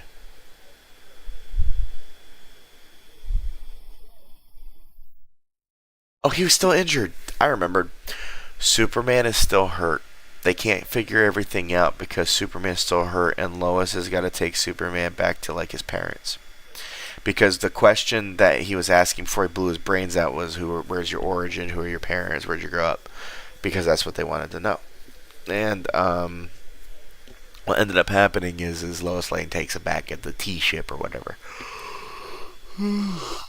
That's where we get this whole speech. And this is where the movie was pretty beautiful. And I think the core... I'm trying to do the beat by beat as fast as possible so I can talk about the call to arms shit. But there's a message where Superman's not bio dad, but Superman's real dad is... basically saying you are not your birthright. You are not your birthright. You are who you make of who you are. You are the people around you that you care and love for, and you are the beauty of what you do. And if you think that you're a hero, son, you're a hero, regardless of what day shove down your throat. And the way they said it is, a parent's job is not to tell a child what to be, but to help them along and help them make as many mistakes as they can to form who they are. It was something like that. That off the top of my head, I'm pretty sure that's what the guy was on about. I'm trying to recollect it as best as I can. But I had Fantastic Four bap in my brain. It's clobbering time. What's the thing? Yeah, so he gets the speech from Dad. It's beautiful, and it really gives him the thing he needs to just be like, all right, I'm not the thing with the parents. And Superman becomes Superman, and the music comes dun, dun, dun, dun, dun. The Baravia conflict, I don't know whether it's like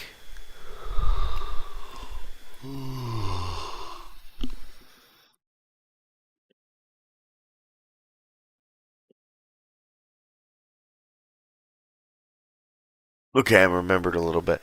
His mom says, hey, you gotta look on the TV, son. And I think he sees the Baravia conflict. And then as he goes whoosh into the air, I'm going to save Baravia, Mr. T is like, yo, fuck that. You need to stop the rift that Lex Luthor opened. And this is where the movie, like, again, I said maximum overdrive. This is like the super maximum overdrive event of the movie where it's like the movie's not over. It's time.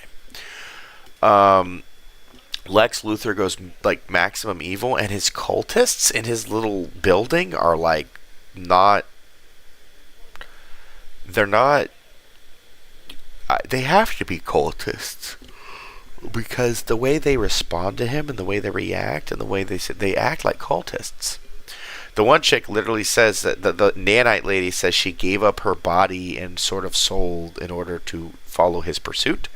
And then the other one was just a clone of fucking Superman. So yeah, and he's stupid too. That's the other thing. He's stupid and listens to B12, A1, Z5, Yarngadingus. Yeah.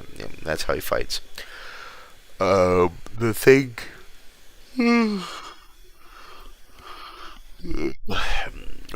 Sorry, I'm getting tired, and recollecting Superman is making me more tired than I gotta do a fucking Death Stranding mission.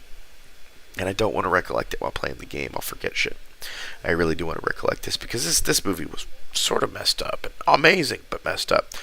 The reason I went and watched this movie is because a guy at a store was like, you have to watch this movie. It's great. And I was like, you don't know who I am. Why are you telling me to watch this? And that's when it clicked. I was like, if someone is telling me to watch this like that, there's a message in this movie happening. Something is going on. And that was the moment that clicked for me. It's like, if people are telling people to watch this fucking movie, that's good. I don't even know this movie's going to make it to DVD. I don't know if this movie's going to make it to Netflix, dude. I think this movie's going to be pulled from theaters. Like, it's going to make it through the theater run. And then they're going to be like, hey, if you want to get it to DVD, you got to make some huge edits. I don't think the movie that's going to make it on Netflix is not going to be the one I saw in theaters. Is what I'm saying. And a huge, huge recut. And if it doesn't, WB is like it's like, fuck you, Disney. We don't give a fuck. We're Warner Brothers. If that's the case, man, it's gonna be hella fun.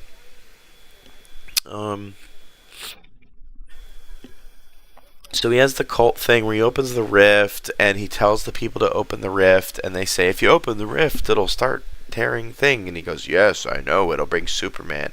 And he does it, and they look at him like he's stupid. Oh, key detail I liked about the movie.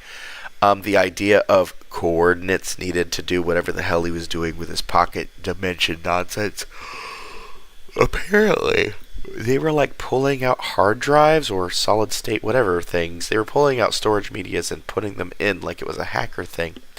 And they were big honking things that felt like it wasn't like, oh, we have a USB. No, it was. I was like, okay, All right. I like it. I like that the tech's big again. I like that it's a big fucking Lego. Show him Mr. T playing with his Legos. Now we were doing that with the Pocket Universe shit. Their coordinates were little hard drives they clutched in and out of desks. A similar thing with Fantastic Four. It was big techno-futuristic Lego blocks, mega blocks. Everything's big and colorful and bulky. So yeah, he starts opening a rift to get Superman away from the Baravian conflict, and Superman is then brought to the rift to fight a fake Superman after he fights Nanite Lady. I think there's like a thing where Nanite Lady... I remember. Alright, the first distraction is the rift. During the rift, they have him, they try to like choke him out with nanites, and then they punch him into the sky, and then he flows down into the ground, and he uses the friction. He slams down on the ground fast enough to knock out the lady who controls the nanites, I guess. Basically, Superman does this big feat of strength. While this is happening, the Baravian conflict occurs. And that's where the movie does the whole Gaza Strip genocide thing. There's children holding up a flag. The flag has Superman on it. They're being run over by tanks. The children are tan. They're wearing scarves. They look desertified.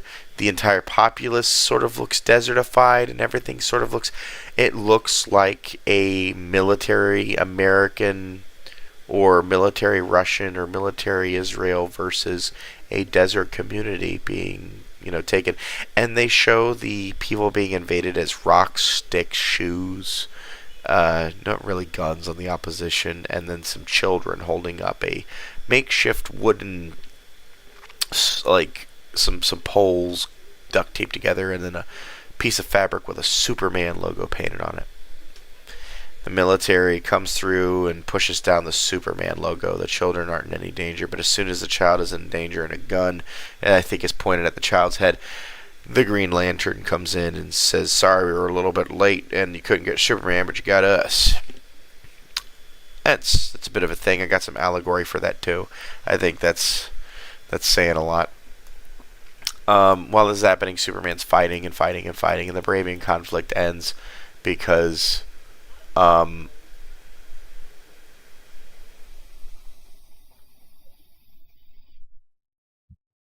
trying to remember. I know there's the TV bombs dropping where they drop all the news on the TV. By the way, Lois Lane has a whole socket to the media event where her and her boss get inside the spaceship and write a news story and send it to the planet while they're like exposing Baravia and Lex Luthor. I'm trying to remember, what's the other thing? Superman is really busy fighting this fucking fake Superman, and really busy fighting the lady with the goo. And when he beats the lady with the goo and crashes, he finds out that fake Superman is fake Superman. That's when the fight kicks into overdrive with fake Superman and the rift getting bigger, and fake Superman tries to kill Superman, and Superman just lets like a bus fall on fake Superman and knock him into like a black hole or something. Oh yeah, there's a black hole. Forgot. Yeah, there's like lots of black holes in these shows. What was the thing?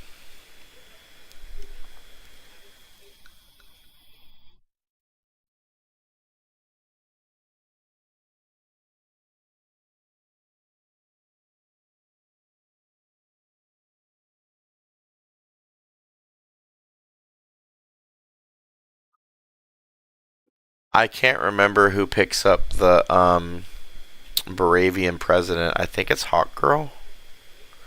All I know is that the Baravian president is trying to like escape through something, and he has stopped because the room is something. Yeah. By the way, the president of Arabia gets stopped and his plane is thwarted. And the way that's thwarted is pretty ham-fisted. Oh yeah, there's a big fuck you from Green Lantern at the soldiers.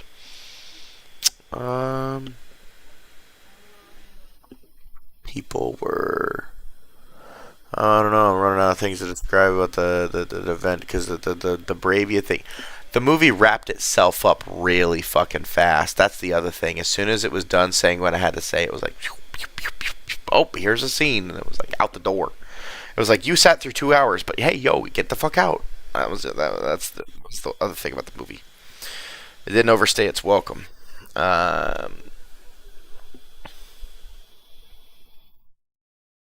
don't think Superman gives any speeches. Nope.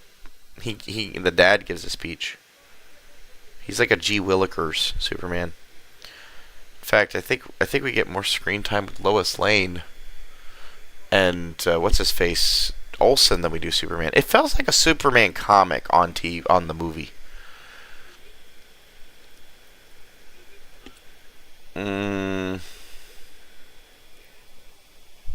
Yeah, he restores the base, the robots. He repairs one of the robots. He catches Lex Luthor before he gets in the tin can portal.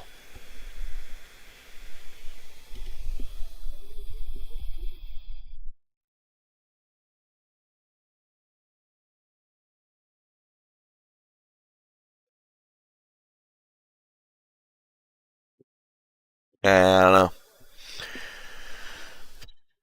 Alright, I think I've given you guys enough of the movie that I can talk about what I thought was the allegory James Gunn crap. Let's just cut to the chase. I think this is a call to arms for American Jewish men to be Americans and to assist people as Americans and not as Israelis. I think that is quite clearly the message James Gunn is hoping for.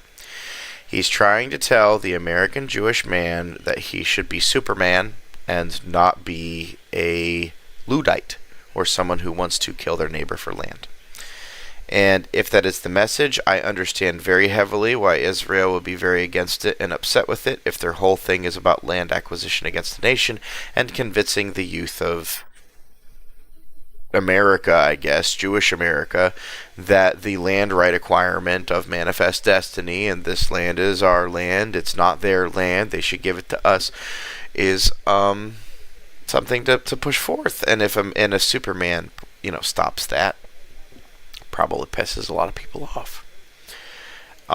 If that's the case, I understand why Israel is upset about it. I don't see why any Jewish American should be upset at Superman. It's got a pretty good core message. Makes Jewish Americans feel all warm and fuzzy. Feels regular Americans feel extra warm and fuzzy. It has a people together message and a don't try to control everything message. There's a lot of background entity controlled, and it sort of feels like Superman is America. I know not in the way where there's the nations in the movie, but Superman is America, and the Green Lantern is like some other nation like Australia. And if that's the case, and there is a doublespeak allegory going on, I have reason to believe James Gunn thinks that Australia is going to help end the war with Israel, and America has to fight the big bad demon. Who's Lex Luthor? The bald evil guy. Is Putin Lex Luthor? Wait a minute. It's Is Putin Lex Luthor? And the Baravian president is the Netanyahu, and Putin has the monkeys who write the social media. Well, James Gunn, are you this is me extrapolating way too far. All right, I got it. Here's my double speak that offends Israel and where I think they're really offended.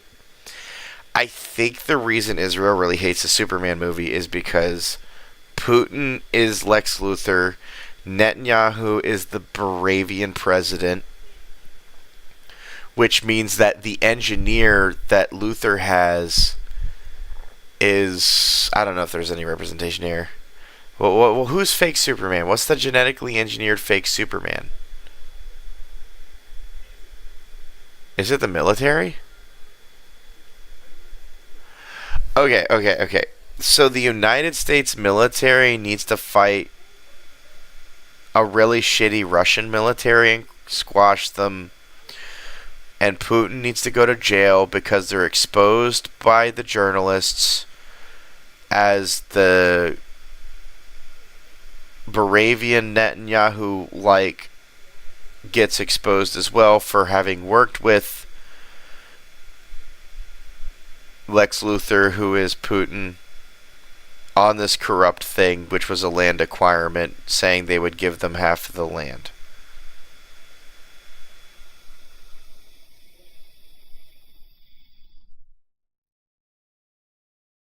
Because it was just an excuse to kill Superman.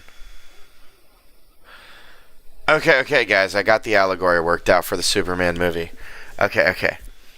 So, this is why this movie should be boycotted, and this is the James Gunn secondary message that this is why you can't show this movie in Israel, is because it tells a message that the United States needs to figure out its own bullshit and figure out its thing with Putin, because if the journalists and the people of the world side up and expose Putin and Netanyahu for their two nation states land acquirement between the social division of Ukraine and the social division of the Gaza land conflict, then people will realize that Russia and Israel are working together to both do land acquirement at the same time.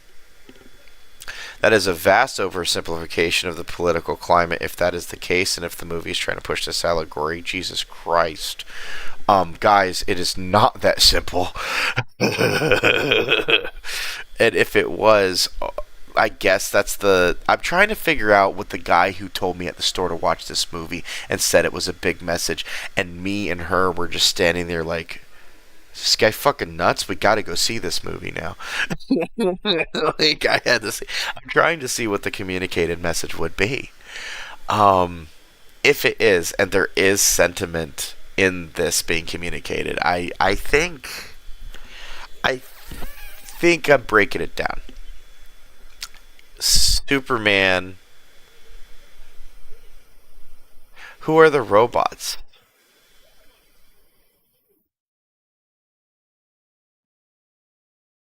Is Elon Musk the robots?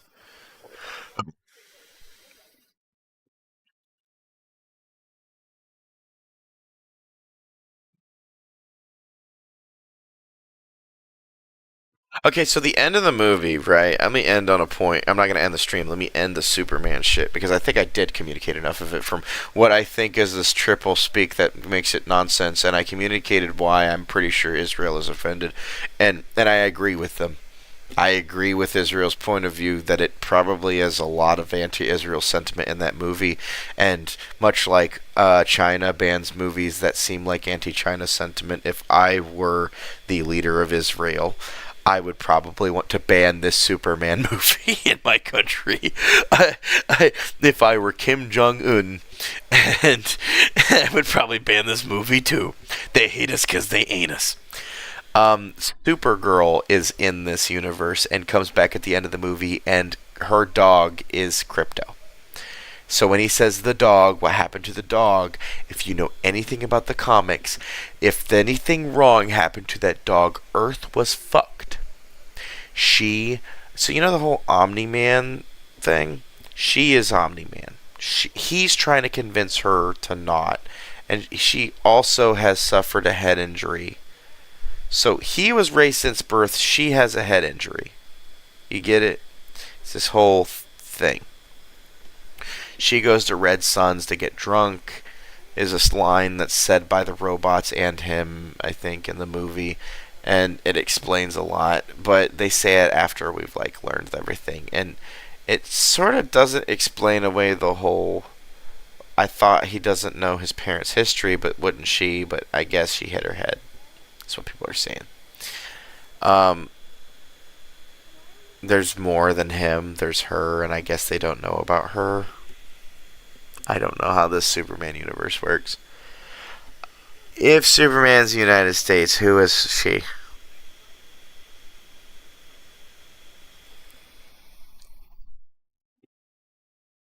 Who's Crypto?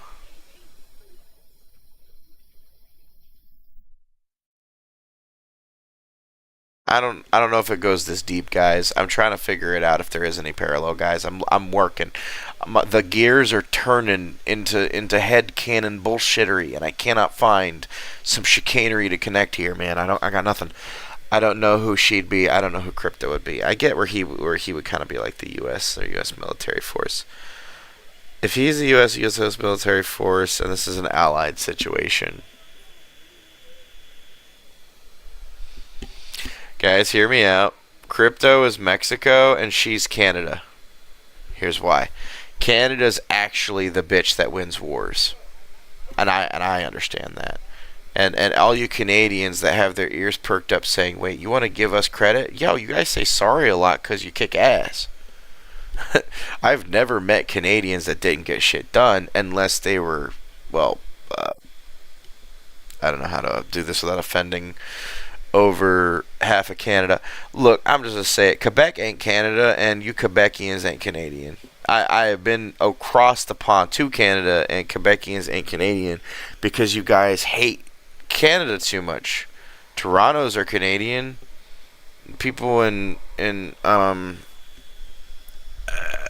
London, Canada are pretty good. The Ontario's pretty nice. It's really just the Quebec section where you get all those Frenchies. And I don't mean Frenchies to be derogatory. I mean it as like you get smacked for speaking English over there and they want you to speak French. I will say Frenchie if that's the environment. If the environment is I am being derided for not speaking French, those are Frenchies. Just no ifs, ands, or buts. They're gonna hit me with a wooden spoon for speaking English. Those are Frenchies. If they're speaking French at me, because they're giving me bullshit. That's not an open citizenry situation. That's not Canada. That's some Wild West where people are upset at your accents. I've heard a lot about Quebec, and I want to say I think Quebec should have its ability to be its own thing. Like people of Quebec should like be Quebec. And to be honest, I think, and this is, I think Mexico should like split into like 5, and I think Canada should split into like 7, and they should take 12 states with the United States and like unify, and we should do like a north-south thing, and all the way down to South America, right? So we're like up to 62, the other 48, so we have 100 states up down, and they're working together, and we say fuck it. So if Crypto is Mexico and Supergirl is Canada, lit. That means the Canadian drunk people fucking shit up, you know.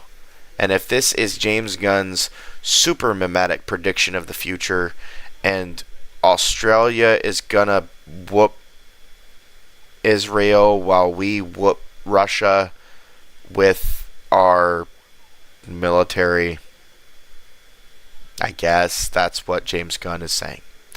And if that's the case, I don't know what sort of prophetic media he wants to create.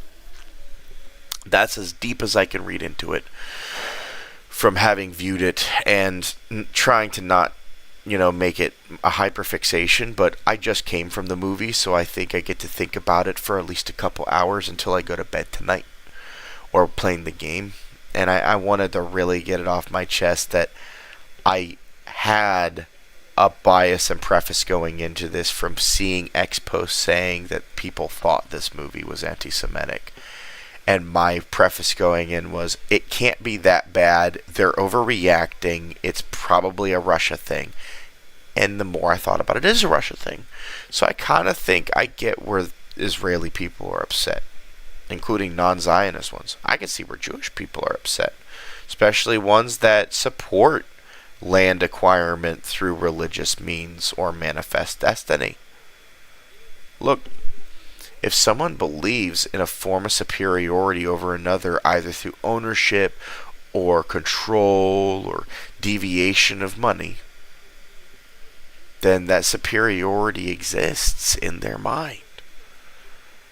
I wouldn't spend a lot of time trying to disprove that to them, except by pure existence, because their neighbor is more likely to convince them than you are. And that's the saddest fact. James Gunn, I really hope you do not have a derisionary view where you want to be against nations or against things. If you're against tribalism, lit. If this movie is your way of saying let's be against tribalism and an instruction manual on how the world and the nation should align that you're going to send out as little DVDs to all the little leaders of the world, lit. I don't think Superman works that way, but I see the message of Superman saving the world. And when I am told there is complaints of political colloquialism, I see the message.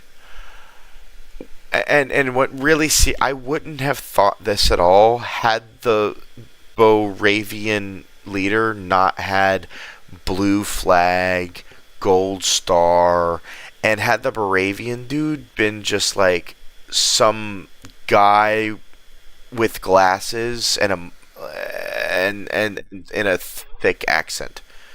But no, it was like balding with frizzy hair, a hobbled face that looked like he'd been socked a bunch, and he was like, and he just did.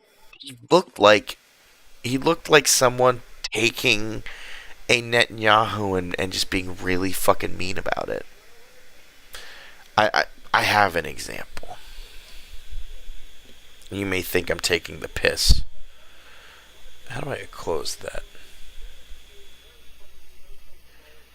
It was a TV show in the past. This, I think, is Paul McCartney or Ringo Starr. It was a TV show the UK did that often did offensive caricatures that were extremely exaggerated. And this is either Paul McCartney or Ringo Starr. I think this is Ringo Starr. And the people of this show did not like Ringo Starr, so they wanted to portray him as this. See, this is not racist, but very offensive to the person it's representing and was part of British culture and television. How they portrayed the leader of Moravia felt like they put Netanyahu into one of these. Okay? Let me just say it. And I'm not stereotyping. If I were Netanyahu, I would have been offended. Especially if it's a what you call it, if you're going to give me an allegory, if you're going to give me an allegory of a nation-state conflict. And that nation-state conflict is kind of what makes it an unavoidable topic of conversation of it being about Israel. And if James Gunn's whole thing was, I never said Israel, you guys are just saying that a lot. It's on your mind, guys. Oh, shisha. Dude, you're playing a fucking game. Take it from the Mathematic Wizard that's been pushing content in 2011 and is being called, oh, I want to read Joe's speech. Can we read Joe's speech? I want to read Joe's speech out loud. Live on stream. I'm going to read Joe's speech.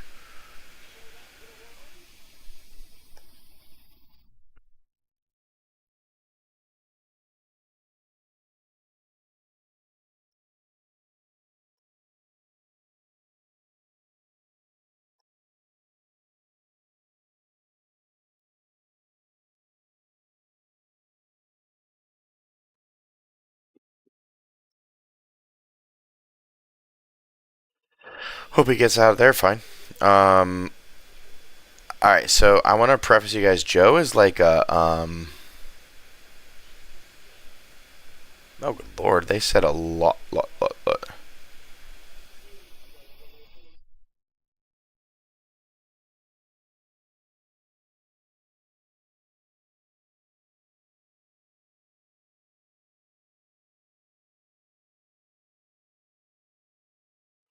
Oh, guys. Are you ready? I think I need music for this. Guys, this is creep weirdo shit. Alright, let me see if I can find it. Guys. Me. Yeah. Here, let's make myself tiny. I'm in the corner here, guys. Yeah, I'm in the corner. Where's... Perfect. No, I need it like this.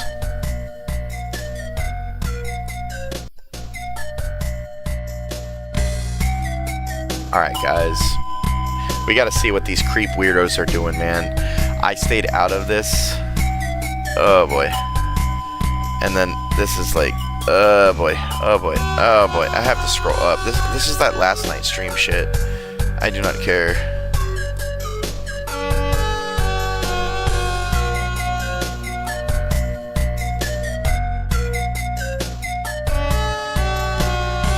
Oh, God, they had to argue for a bit.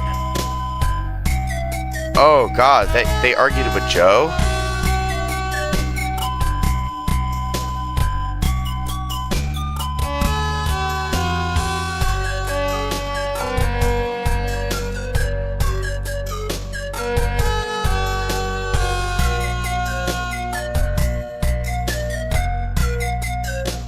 Guys, I'm not reading this. I can't. This isn't me. It's so much that it's like refreshing itself. Guys, they argued with Joe. Joe is a homeless guy who gets on the Wi-Fi at McDonald's.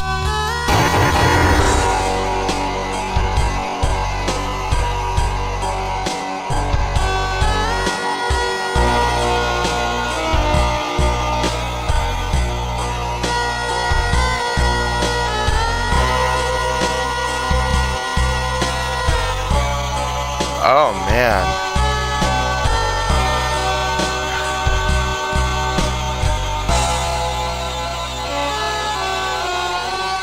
If 100 actual adults witnessed both WuBu's and Euromarks, I bet 90 to 95 of them would be more appalled by Euromarks than by his.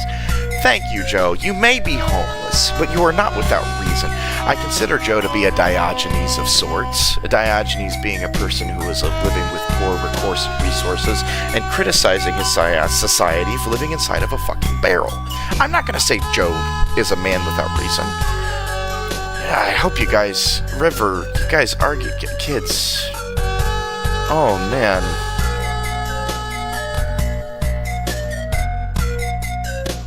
Denial.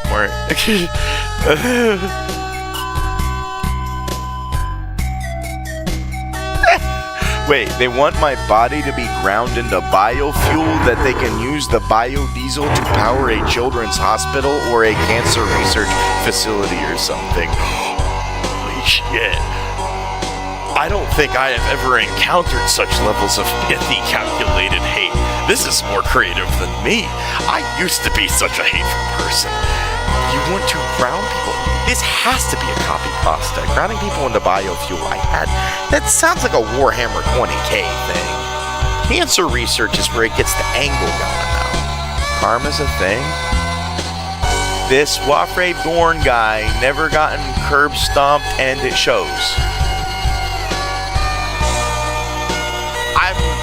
I was involved in childhood fighting and got beat up a lot, actually.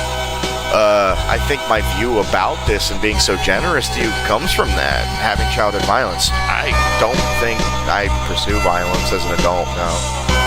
I don't think it's fair to pursue violence as an adult, especially if I can convince those around me to not be violent. Being violent is often a sign of low patience. Not low intelligence, low patience. Anybody who equates violence to intelligence is just trying to use people. Violence is not about intelligence, it's about patience and communication. People usually get violent when they are unable to communicate and they do not have patience. And usually the patience is run thin, or they do not have an avenue to communicate. But I don't know. Cannon fodder...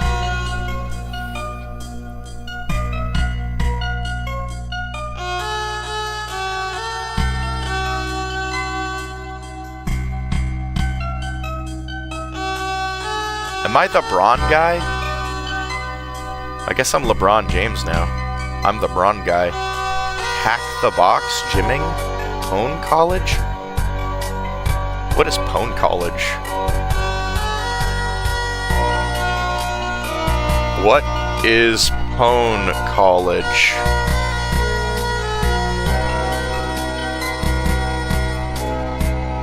Oh, okay. Well, at least it's not like a Andrew Tate thing. There's nothing more obstructive than this artificial degenerate behavior. Conditioning each other. Yeah.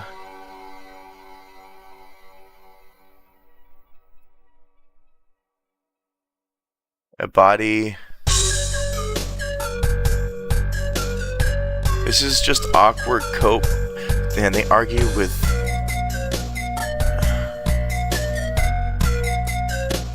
The latter is not. Joe. This is.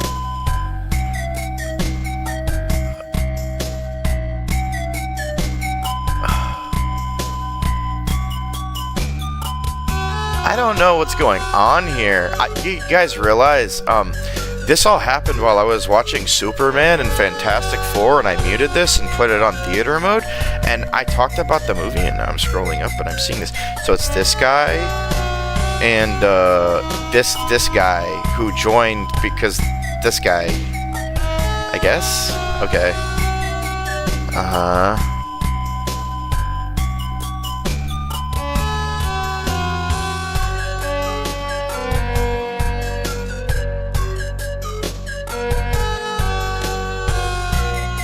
Startup millionaire, alright. I act insufferable and like a shit-tard. I mean, I do. I boast about using other people. I do. We use and abuse him. I haven't really been abused, but I think I am being used for entertainment at this current point. You both cry and seethe. Wah? Boo-hoo. Our informed, intelligent decision is to have our way with my supple body. Those are really weird statements. You know, the reason I was gonna scroll, I had to find Joe's thing. Guys, I'm not even to Joe's thing. Guys, I'm scrolling up.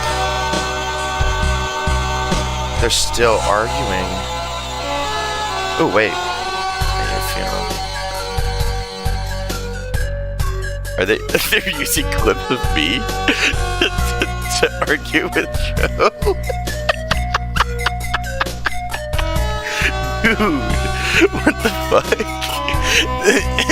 Am I being used as their metacognition? What is this stupidity? He's dysgenic as listen to his rants. Yes. Effective immediately. He is the group stress ball. Oh, there we go.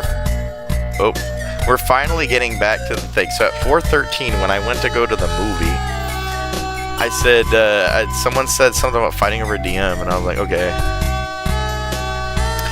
Yeah, there was the 300 pounds chopped as fuck, and I was like, yeah? Yeah, so, this person said some shit. Yeah, they said that too.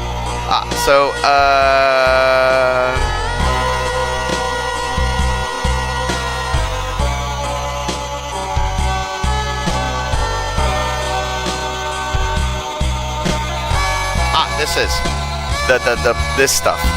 So they did this stuff, and I actually asked because they said this after this hedonist thing. Joe is homeless, and I want to reiterate this. I do not have scheming, but his idea of thinking that I scheme, I don't know. Us versus them is a hell of a drug, and people should not be grand scheming and doing anything. I am pretty blatant and open with the fact that I'm a media extraordinaire. And then... yeah. This is me criticizing them. This part. So I responded to that as well using the reply. Good lord, the scroll. We had this. And basically I was like, bro, they are pretty racist and they say these things. So, and usually people just say they're black when they want to be racist. So, like, doesn't matter if you're black, you'd still be racist. I don't know what that does. But this is Joe's actual message. The thing I was scrolling to get to, and the whole reason. Joe had a really good message here. I think that a foul identity and sinister scheming is way more of an evil than mere racism or foul speech. They're like NPCs from what you described, average humans but on the margins of the internet. What you describe of yourself, if I understand it right, is sort of a deeply rooted, gamified kind of evil that is fundamentally just as NPC-ish, but spawns out of something more individual, intentional, devoted, and untreatable. To me, whenever there's evil, there's a personal shortcoming/trauma being coped with, plus the victimhood of a world that in various ways seeks to engineer or enable and maintain that brokenness, specifically to render people evil and to thereby produce exploitable, controllable humans, as opposed to someone who is righteously good, not your sheep variety faithful person, but who is able to stay loyal to the principle and to God, rather than exploitative schemes of man, aka the devil. Wait, what?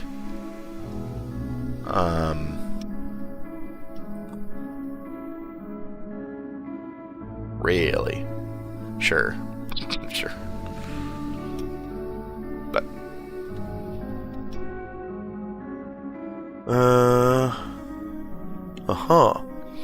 I'm kind of repeating myself, but I don't understand why someone would want to knowingly cope with their brokenness rather than face it and fix it. I don't know why somebody would want to be a victim. Comparatively, a racist or tribal group chat is just a standard human godlessness and peer pressure that could be treated with only a dissolution of the internalized toxicity of broken people engaging broken people. But to be deep in an antagonistic, manipulative, sadistic behavior, that's like your computer system having a permanent, undetectable, unrepairable virus that constantly breaks the game for everyone and makes the frame rate stutter. What, anti-cheat? Yes, I'd like to be anti-cheat. I'm fine being anti-cheat. I'd like to be involved with anti-cheat. No matter the upgrade, it's shit. And I don't want to be comparing anything to excrement, but to me, that's far more doo-doo. Look, I don't think I have a victimhood here. Yes, there are things about me that have a past and history that do for me and create who I am, but no, they are not a crutch or a walking cane for me to use to establish my identity. I do have a high amount of ego, high amount of pride, and I have a high amount of emotional energy that I put into my speaking. That doesn't mean I let it override the thought process, and I try to, think with emotion, but emotion can't get the best of anyone. People make mistakes. I make mistakes, but I do my best to take an L, correct them, and if someone has good evidence, I'll be like, man, that's an L, and I gotta take it. I think if you do that, things are a lot easier. Joe, I've said multiple times, I don't disillusion or dislike you. I think this is a very respectable way to talk about it. He was saying that to me saying I am a hedonist. I personally ask things to do things for my personal gain and benefit regularly. I do so in a way that will willingly humiliate them. I do. And all while having a view of superiority. Not superiority as a judge of man or superiority of I am better than you, but I do feel superior. That is a hedonist by pure definition. I think I should use the term diet hedonist, because even though I do use it in a sexual context of sexual gratification, hedonist has connotation, and I've been learning that hedonism. There are people that will do very depraved things in the names of things, and if you try to label yourself anything besides your name, it will always drag you down like chains and weights. So, to all the other hedonists of the world, I'm sorry for taking your label as a person who instructs others how to do things with some form or measure of responsibility. As for... Oh yeah, I told someone about poop. I said, in addition to argument of spend time, I have dedicated this group chat to only looking at it while I poop. If you guys continue this nonsense, I will take a picture of my shit doo-doo feces. That was a reference to Michael Jackson. It's shit doo-doo feces. Spread it all over the wall. And post it here with the phrase, knock this shit off, please. I don't think I was... I'm willing to take a picture of my shit, and I've been debating whether I would, but the more I've thought about it, I might just post the video of Michael Jackson saying doo-doo feces. And I said, do not hide your evil. It will show through regardless. Apparently, I'll slowly scroll. They pulled up my merch. Like, they started shilling me to the people of the group chat. This is what confused me. So I guess they did a lookup, and oh, they played Stream for your soul.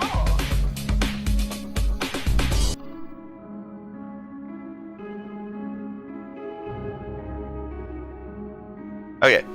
Though I'd question how you got to that point if not for severely corrupting external stimuli like the unnameable.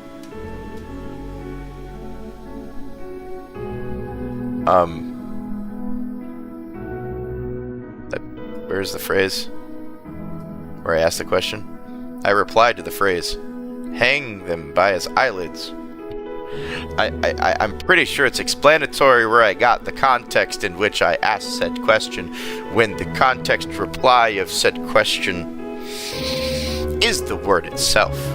I hope you are intelligent enough in this grand broad scheme of things to understand why I would ask this question from someone who says these things, especially if it is in my benefit to show that this person cannot engage in an intelligent manner.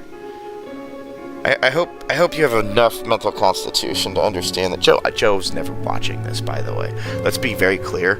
Joe is homeless. He gets on McDonald's Wi-Fi. When he gets on McDonald's Wi-Fi, he starts debating with people on Twitter. He is in this group because I guess Startup Millionaire finds it amusing and has decided to not remove him. I gave him advice saying, hey, you probably should remove him. He'll devolve your group. Startup Millionaire thinks it's perfect because dude literally fills the group with messages every day. He doesn't have to do anything. It's like a free newsletter. And to be honest, I am just as entertained. I like the Joe blog. And as things went on...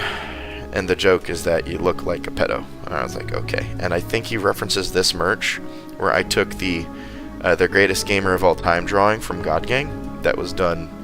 Someone did a meat canyon of me, and I find it amazing, which now has merch. It's $69. You can order it. It's a real thing. Stop acting intentionally clueless. This is the I guess the question I have. When they say stop acting intentionally clueless, clueless about what? I'm not acting clueless. Like, what am I being clueless about?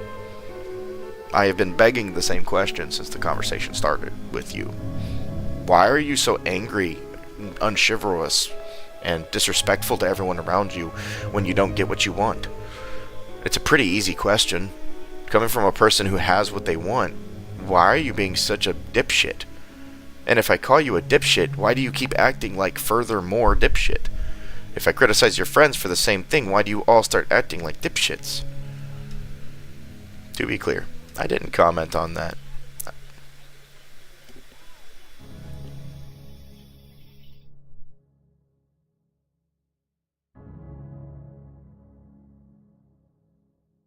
D&D?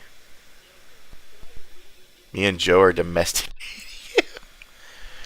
Huh.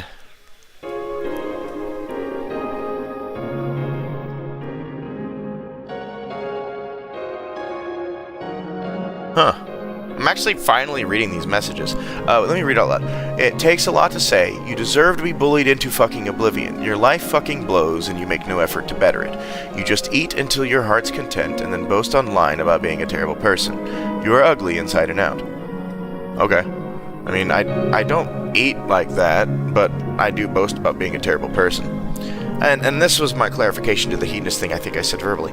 I only clear up one point. I should have not added the ism to hedonist. I do not and will not create an environment that encourages others to be hedonists. The ism makes sense from the enemy perspective. I do not support isms. Terrorism, feminism, cultism. Most isms or groupthinks are ways to manipulate as you described, Joe. And I think those evils as evil, not a means to an end. My form of hedonistic actions revolve around entertainment, so let's coin the term diet hedonist. Since your conversation gets murky with multiple subjects, I do not play the victim. I live, be, see something, say something. That shit saves lives. That shit stops evil. That shit keeps the peace. Allegory is powerful, as is mental image. River is the doo-doo, Joe.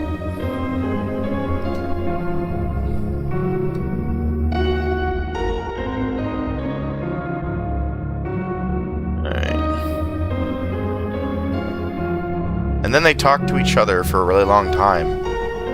Oh, really? Alright, and then Joe popped in.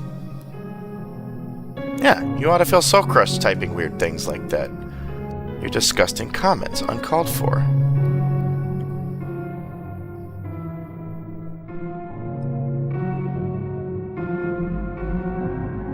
Who's White Superset?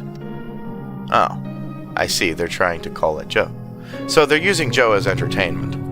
I was at the movies, guys. I mean, this is entertainment for me now. I get free content, and I don't really give a fuck about my DMs. It's X. It'll be gone forever eventually. What, toxic ones?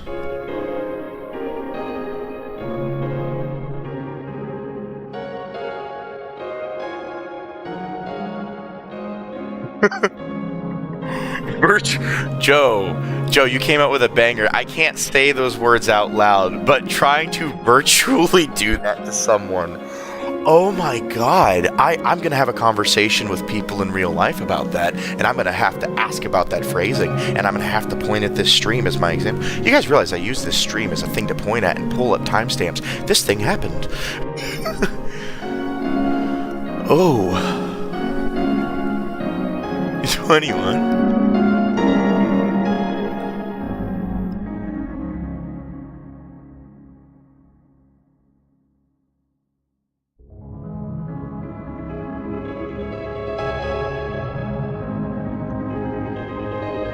Huh. Brain rotten Zoomers.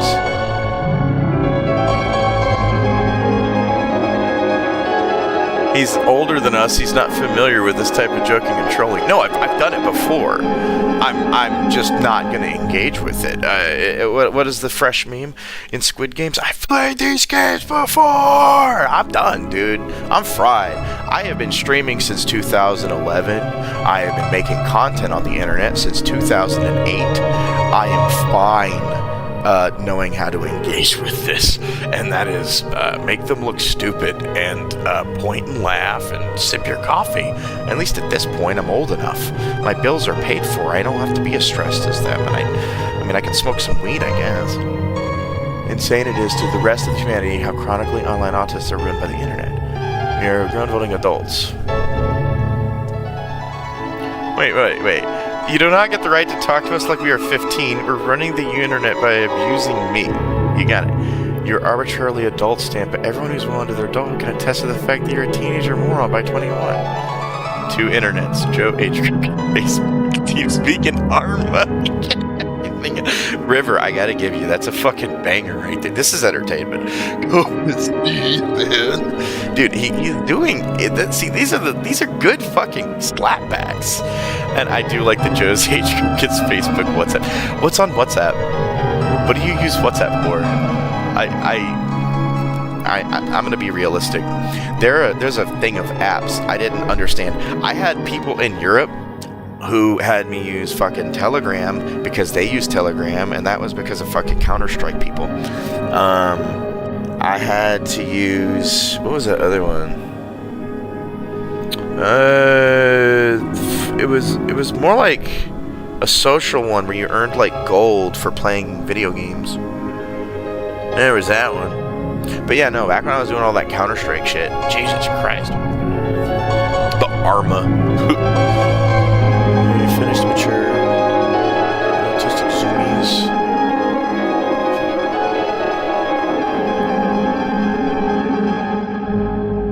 That sighting.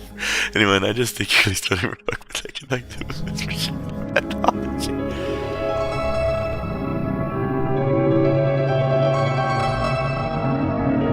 Teeter thinks he's a monkey, dude. That's arbitrary. Thank you, Joe. You wasted your time.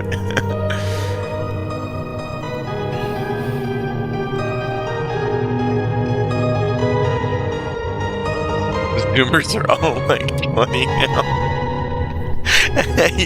he's not River's not wrong. I understand this, which is why I went to go see a movie and disengaged. Joe does not have that. I had to spend $71 fucking to just do people to go see 2 movies. You have to realize these movies used to be like $7 a piece. It should have cost me $28 plus a $5. I should have been $35, and it doubled in price. I'm probably gonna get the memberships if I'm gonna keep seeing movies in theater. Don't abuse the guy that boasts about abusing people. I get their entertainment point. They're taking a very simplistic viewpoint and trying to turn it into entertainment. And if they're connecting the dots from their myopic view, I see where this is very entertaining for them. Hear them out. Let them cook. Kaisek and River should be let cook, and hear me out. Here's why. They only have met me through Discord, where I talked about AI niche shit for 45 minutes, and then their friend came on and said racist shit, and then I called them childish. As you can see how they've acted now, they don't take well to criticism. Obvious.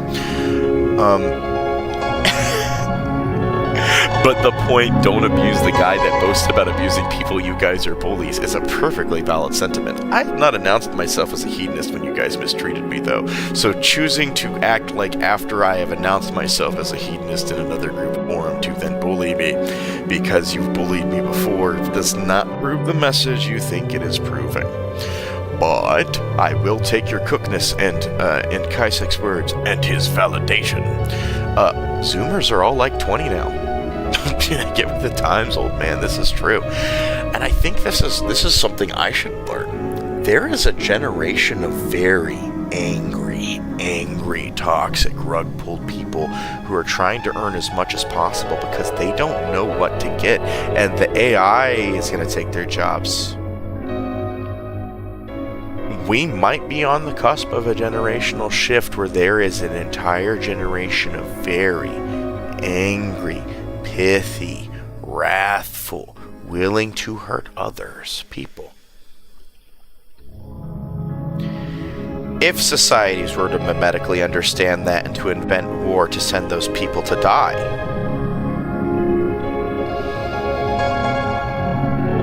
I wouldn't call myself an evil hedonist to understand this, but I think boomers have a point. And if we're sending the ones who want to kill everybody off to die in wars, and then selling them on the idea of it as Superman, I hope you guys understand the very linked ideas I bring to you tonight before we boot up a video game. I want to quickly change the subject because I think that got very scary very fast for those who understand what I'm talking about. Like, for real. That saddened me. Thinking about that saddened me.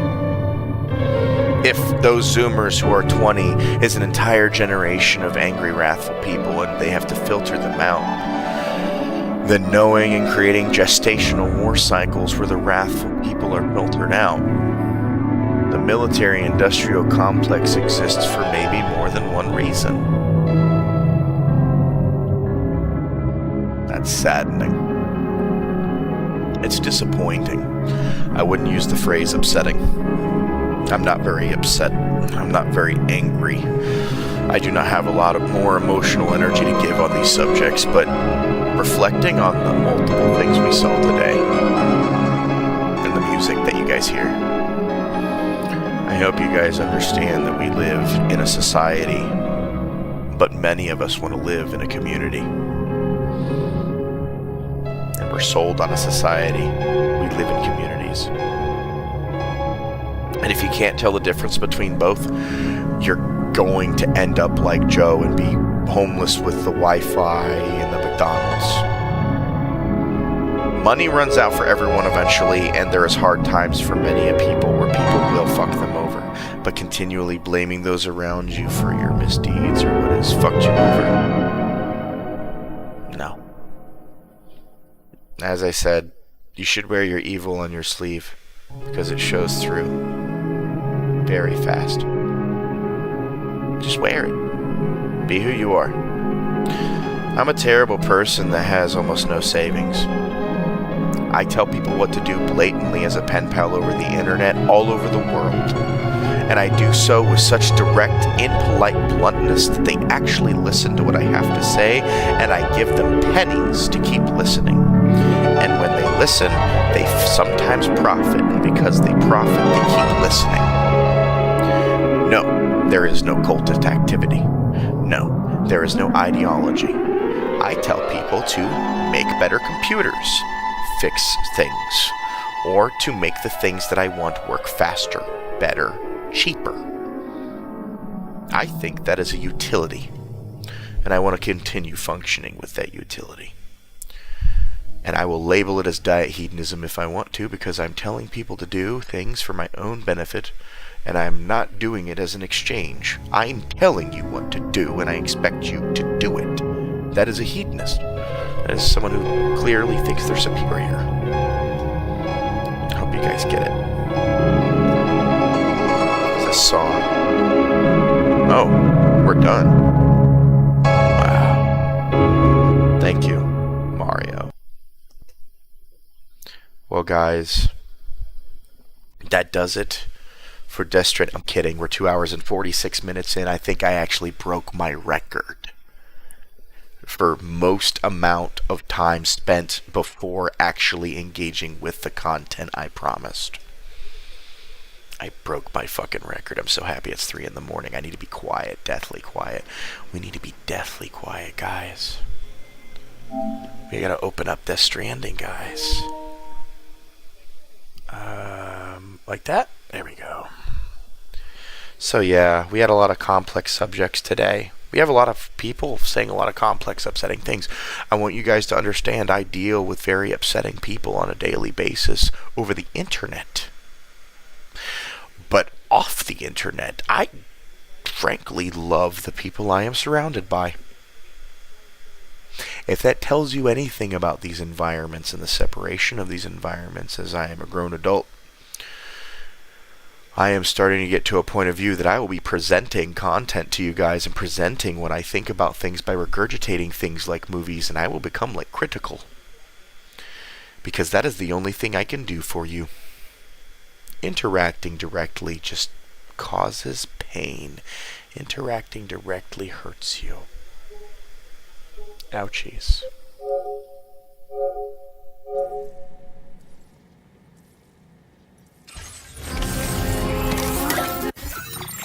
I don't remember what I did. So I'm going to hit load recent save data.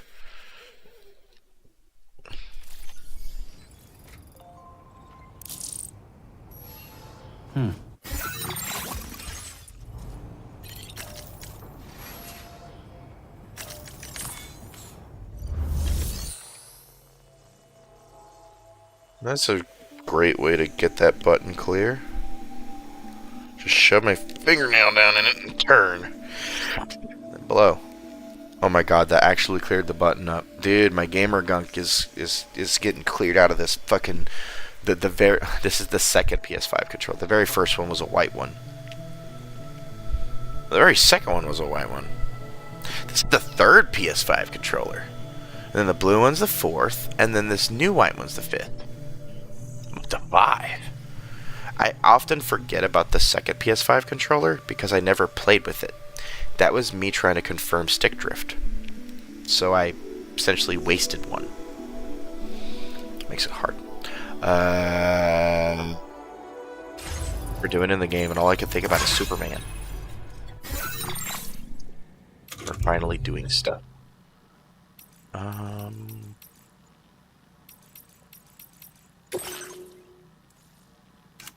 Huh? Huh?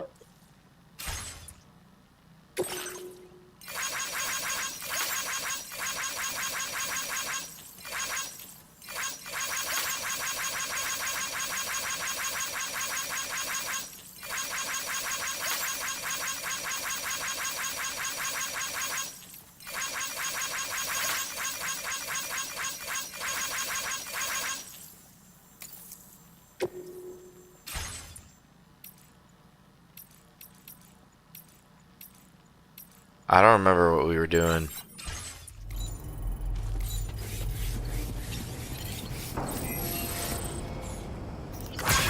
Guys, I don't remember what we were doing. I remember we like picked up a thing. And then she asked me if I was going to be done streaming for some reason. Or no, I said I was going to be done because of tired 2 a.m. And then I made a fake out stream for Hulk Hogan dying. Okay. But what's here? I see it. It's glowing. Take on orders? Main orders. Oh, okay. Main orders. Deliver necrobiotes. What the hell are necrobiotes? Oh.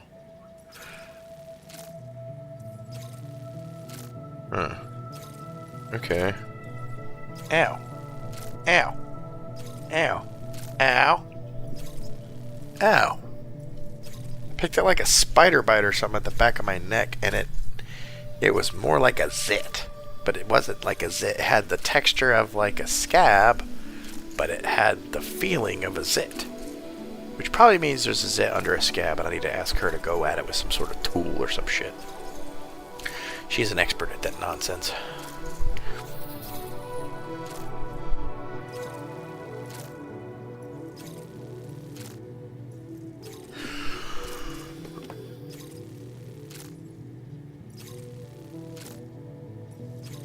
If I could wrap up the Superman talk, I'm going to say this. People of Israel, petition your local government and petition your government to stop killing people. And petition your government to try to create blessed originary peace. And if you are part of the people who want to kill those people, and you're in Israel, maybe you should take a good hard look about yourself and the fact that you want to murder other human beings. Or that you want other human beings dead, even if they have caused harm to you or others of yours. There should not be a natural inclination in your human spirit to want to kill. If it is there, and you have a feeling or a want to kill, you should assess this and not have it. This cargo has been designated.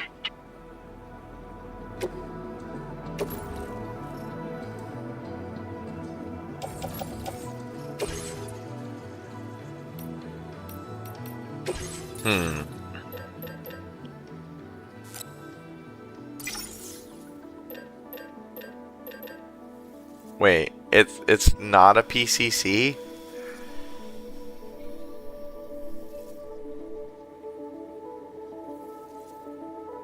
It's not a PCC item? Kojima, you have an item for putting up structures in your game. Why is there a structure? I mean, I get it. We have ladders and climbing anchors, but this is so fucking unnecessary. Make it the PC. I already have the PCC. Make it the PC. It weighs less. It costs more. It costs. It's literally cheaper for me to do a PCC and a bunch of watchtowers. Or is this the whole argument is, well, this doesn't use your chiral network. You might not have your chiral network.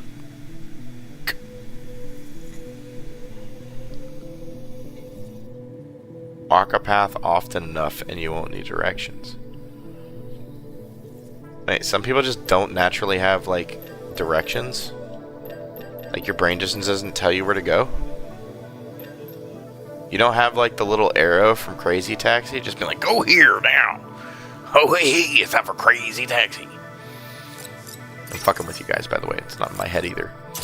The closest thing I can do to doing something cool is I can imagine Crash Bandicoot's Wumpa Fruit spinning. But I'm pretty sure that's because I have mentally memorized Crash Bandicoot Wumpa Fruit. I can do it with pretty much any fruit. I can actually do a lot of things in my head. I think that amount of mental visualization is probably why I'm so fucking weird, though. Because many people can do it in their head. but many people do not use it as a form of organization beyond what is called a mind palace. I should do that. And then I should do that. Yeah. And then, I don't know. Space on the backpack. Cargo management.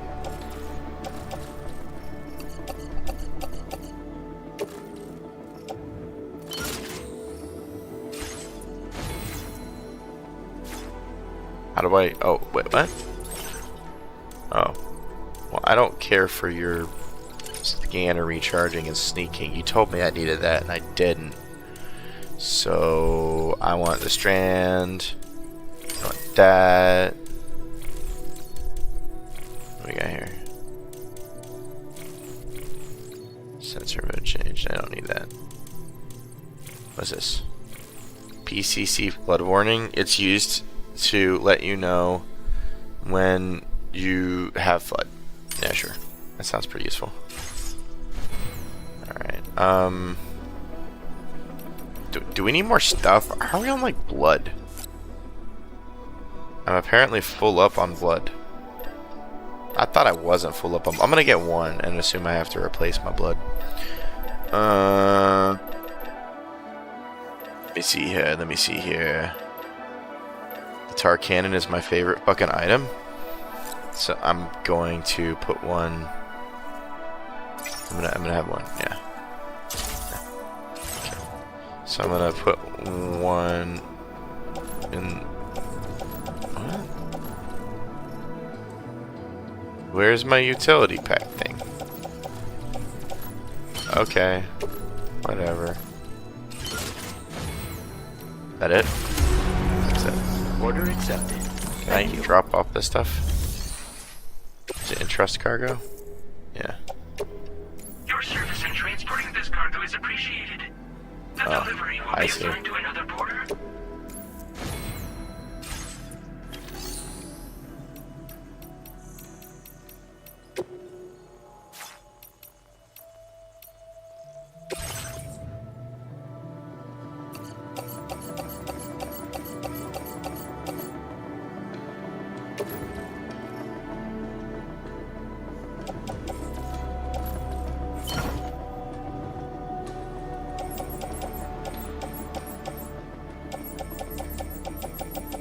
I feel like I'm gonna need that on my carrier because I'm gonna need that to like build a thing, and then I'm probably gonna need all these actually. So I'm gonna put those on thing, and then yeah, we're good.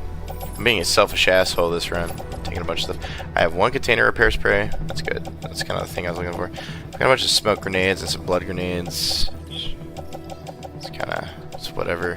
But I also have the machine pistol, which I should be able to use to kill him, and the grenade pistol, which should be enough, so we're good to go.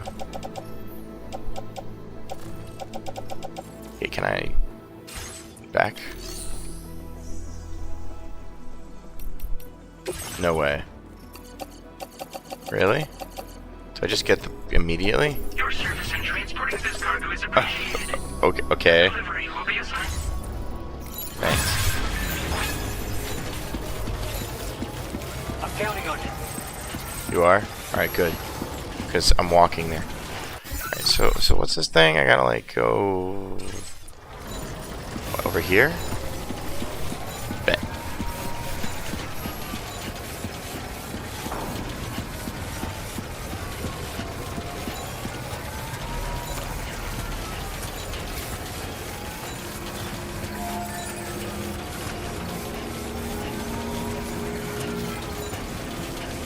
Wait, I can use a vehicle and have a crate?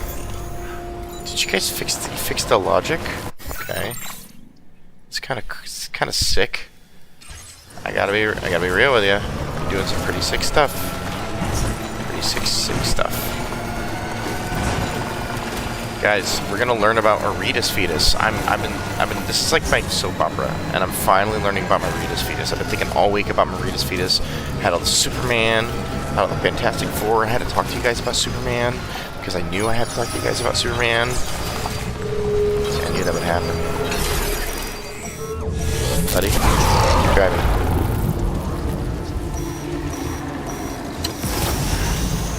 Now he's like stepping. What? What? Where? What? Okay.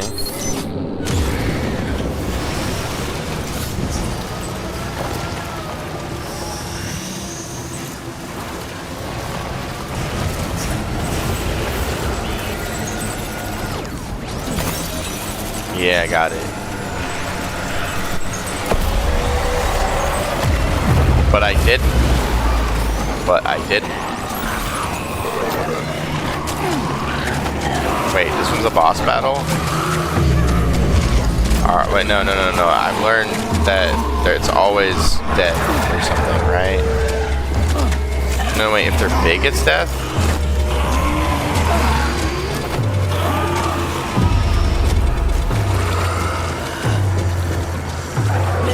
You can have it. Take it. I don't need it anyway. I'm just gonna keep walking. Took my freaking bicycle. Oh, okay. You guys are gonna act like you're gonna pop up in front of me like that while I'm looking away? I'll just move slightly to the right. You can't stop me. I'm the man who may have pulled apart James, was it Guns? Yeah.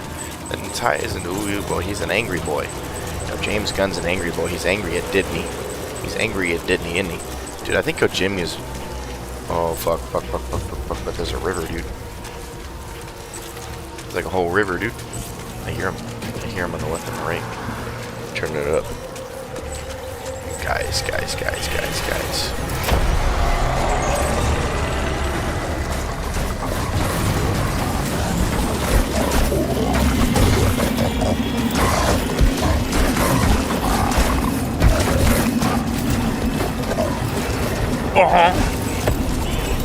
You try to do whatever you think you're gonna be doing, and Norman Reedus is gonna jump. I didn't even know I could do this, but now it's like Mario, dude. Ouch! I fell over. Are you injured, Sam? No, I'm not. Doll man, shut the fuck up. Yeah. Now that I know I can jump like this, the game has changed. Guys, this is no longer Norman Reedus, the walking simulator. This is Norman Reedus, the jumping simulator.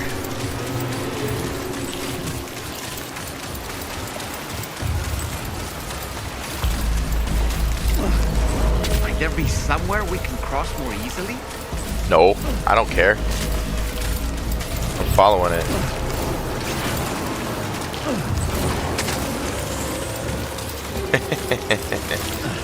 Whee! Okay, you climb that. What? Where am I supposed to go? Oh, over there? Okay, cool. Oh, apparently I did a good job. Okay. Yo! Look at me. No! Norman Reedus. Yo! Keep running. Norman Reedus, I didn't say you could stop running. Yo! He's getting tired. Norman Reedus, I know. I found a new toy and I won't stop using it. But that's how things go. Electrobiots restore your battery, right? Those things are like super valuable. Almost just like, I don't know. Drink your water, Reedus. Ugh.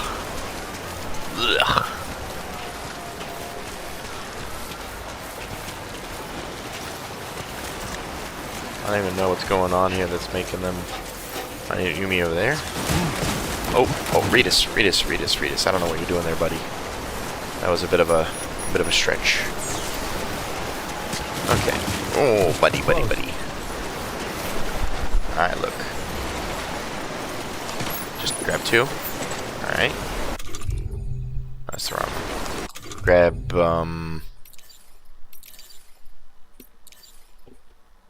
yeah.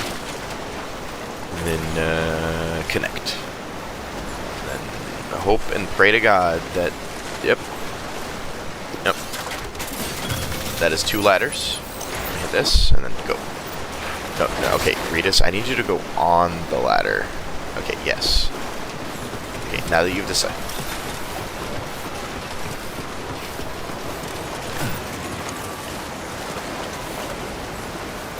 Thank God. We gotta cross that stupid ass river. Yeah, I could have crossed it all the way back there, but I figured that would be a much nicer place to cross. By the way, if you noticed, the Stranding 2 does a lot of the Breath of the Wild audio design. Alright, it's weird seeing the orange is the water and the gray is the land. And it's not the gray is the water and orange is the land. That's fucking with me real hard.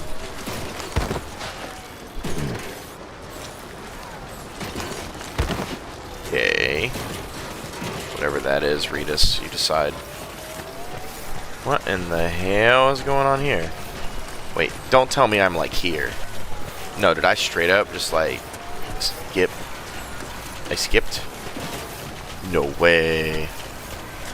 No way. You gotta be shitting me. I saw that hole. I'm not walking into it. You gotta be shitting me. Like, it's right there. Guys, Christmas is like 3 days away.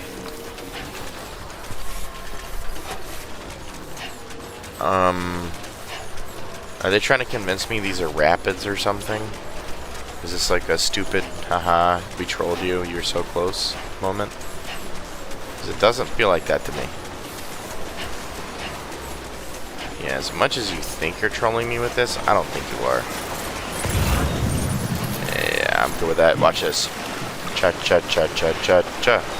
Cha cha cha cha cha. Cha cha cha cha cha. Yep, that's how you cross a river, guys. You should always go with the stream, go down, and just go across. Protein shake, huh? Not so bad.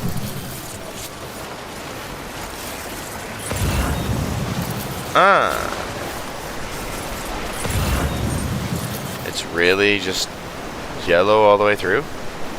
Alright, great. So we're just gonna, like, go for it then. But we're gonna go diagonally down. That way we're not fighting it. We get a nice little boost on the back of our legs. See all these rocks? We don't want them going along against us. They'll cut us all up. It's a real thing. But I don't think we have to worry about that anymore. Not in America, at least. There we go. Oops. No, I want to, like, pick that up. And then I want to put it on my carrier. Alright. Thank you, Death Stranding. What? I heard that animal. Okay.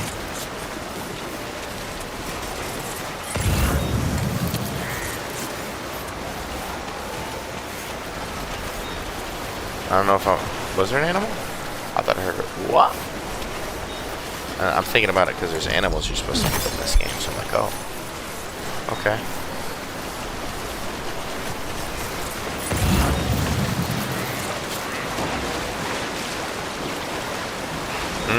Look at those dragonflies. Obviously not gonna go up that way.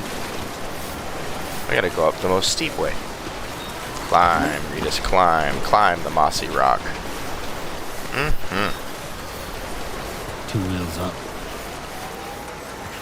Now we gotta climb this. Yep. There we go. Oh, they got like a desert humidifier farm out here? I think that's a humidifier farm. They got a tank and a barrier wall. Good day. Yeah, do your stretch. Drawbridge credentials verified. Welcome, Sam. Security measures lifted. Is that a water collection thing? Be advised that usage is restricted Nope. inside facility grounds. Access the delivery terminal to process your orders and requests.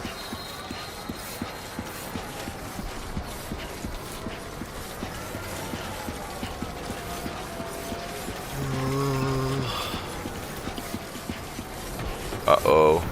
Stick drift. Chiral decontamination in progress. No anomalies detected. Welcome, Sam. What do you mean no anomalies detected?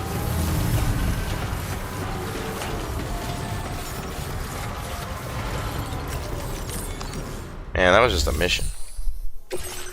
Deliver. Hope they like the favors that I've done for them.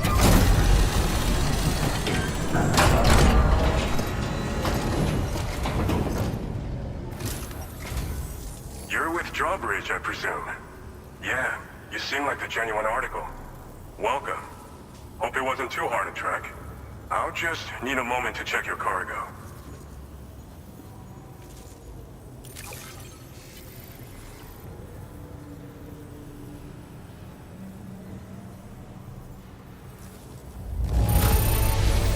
This cargo looks like it's fresh from the fabricator. Impressive work. This cargo has been missing for a while now. You did good tracking it down. Well, thank you. You have been making a real difference around here. Keep it up, alright? Yeah, you needed that protein shake. Go ahead and put us on the chiral network. Okay. Redis. Oh my gosh, you're in HD. PS5, guys. It was worth the experience. We have the Redis PS5 experience. Dollman, you're floating. Dollman's like, whoa. Look at my. And then he falls back down.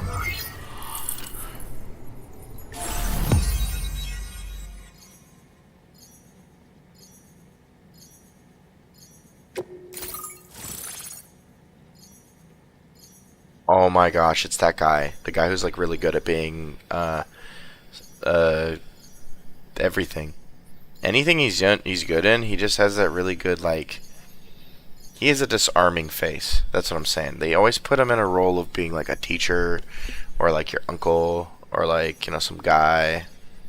But it's like his face is disarming. This guy looks like he's ready to say, hey, you missed work yesterday, but there's pizza in the fridge, and Jenny from accounting brought donuts for everybody. Like that's the face I see from this guy. I know he's an actor and he's in movies and shit, and I see him and stuff, but like the eyeballs and the nose and everything, I just like when you're trying to find a positive vibe on people, and I'm not saying because there's also a thing where you shouldn't be judging calling people ugly either. Everybody has a unique positivity.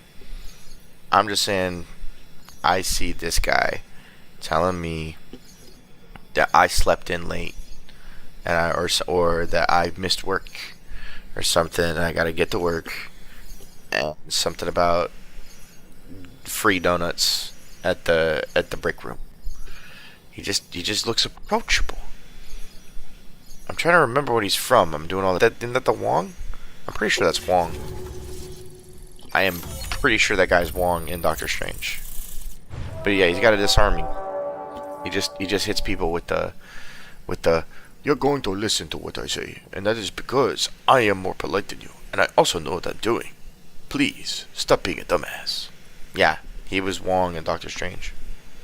And if his name isn't Wong, it's because I don't remember his name, and it's because I haven't seen Doctor Strange except maybe once, like years ago. What's this? I got boots? Why do I need that? Sticky can. It picks up off-roader, detects and collects nearby cargo, placing it in the car.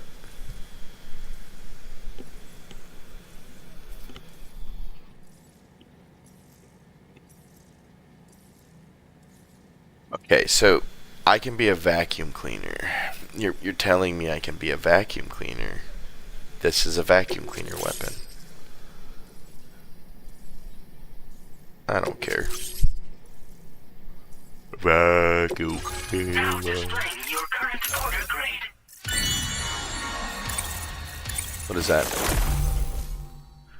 Carrier handling boost. Boost the carrier's maneuverability when ridden. Did it not work good before?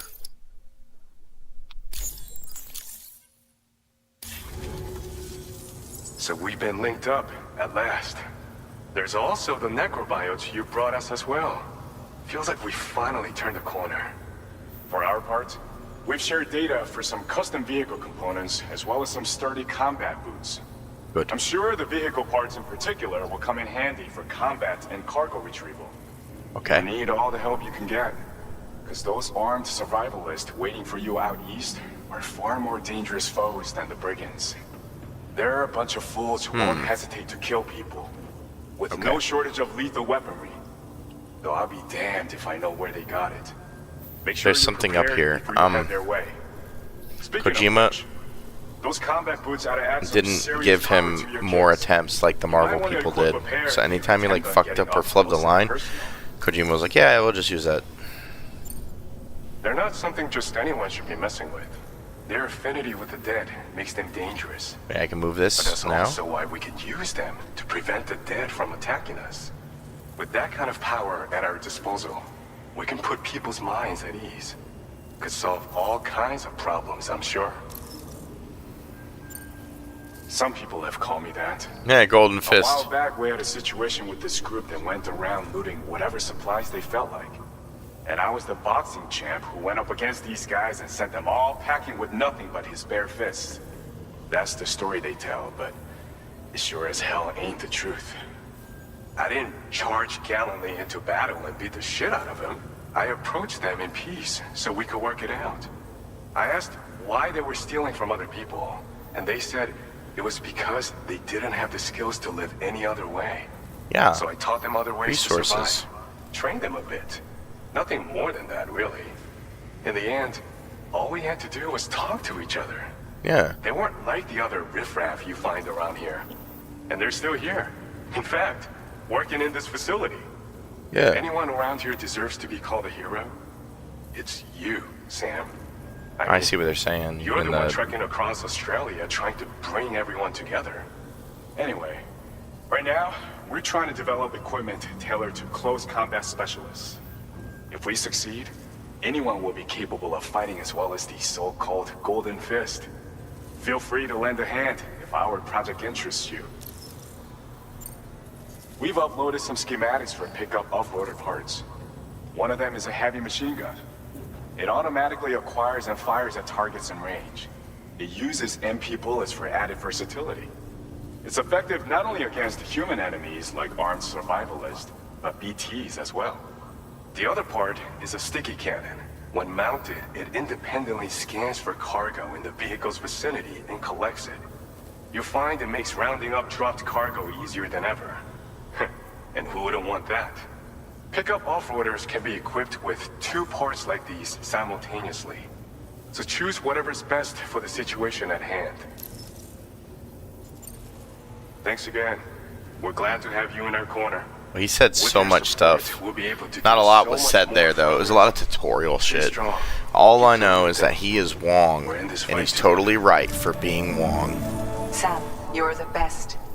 Now What? get yourself back to the DHV Magellan and take a load off. Stop Just glazing so me. you know, tomorrow's been doing much better. Pay her a visit when you can, okay? Alright, guys. I finally let Ellie know that that this character was in the game, and she was like, Kojima! Like, she was like, that he did it for the feet. And she tried to compare him to Dan Schneider, and I was like, no. Kojima's probably more put together. He's probably like Quentin Tarantino, you know? Dan Schneider's more of a, what do you call it? He's the lecher. He's the bad one. Tarantino's like, he's probably just really annoying about it. And then you've got Kojima where he's like, hey, can I 3D scan your feet into my game? Tarantino wants to take it into the movie, and Kojima's like, can I get like 50 million cameras to take 500 billion photos of every single follicle in between your toenails? It will help my video game have better graphics. Yeah, that's what he tells all the ladies. What am I doing here?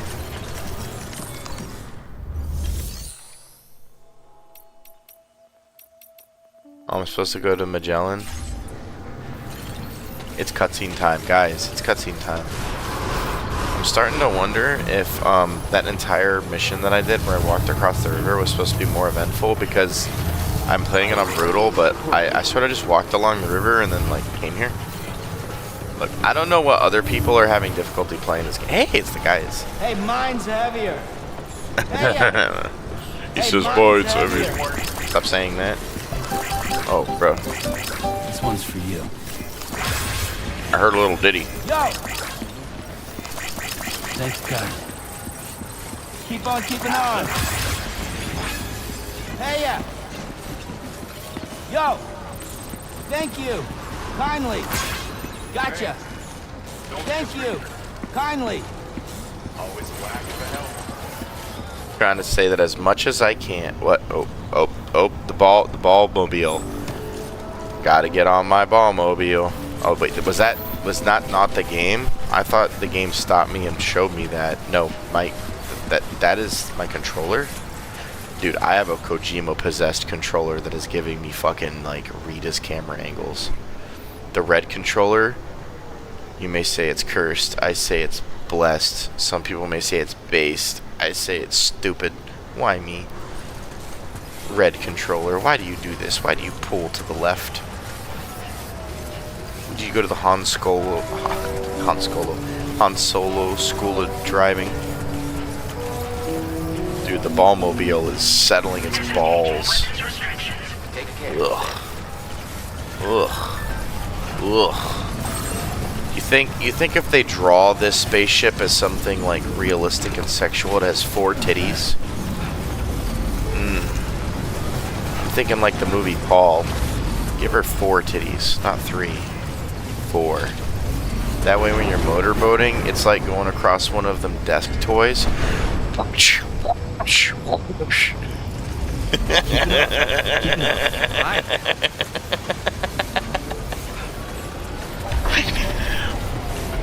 You pick up one when they're old.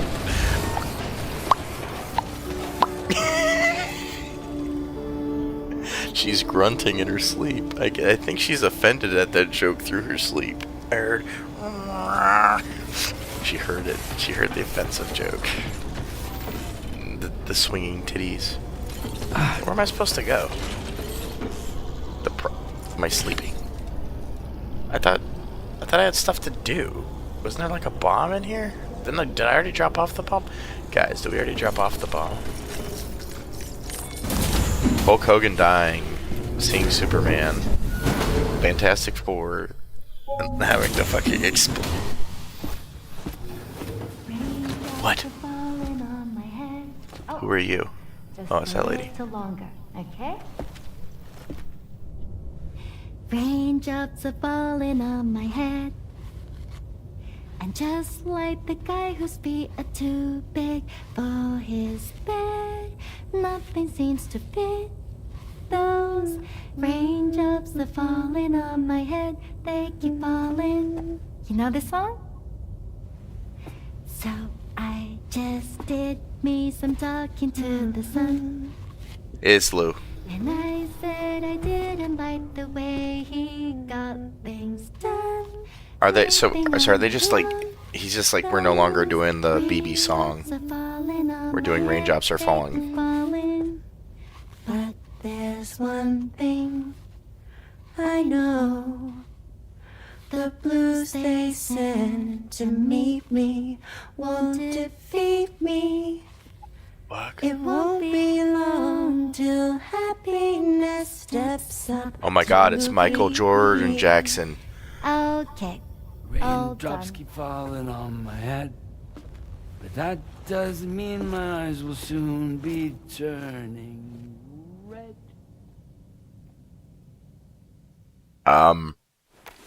I think BB is Michael Jackson, and this Ellie chick, what's her name? That chick, not Ellie, Emma Boren, the actress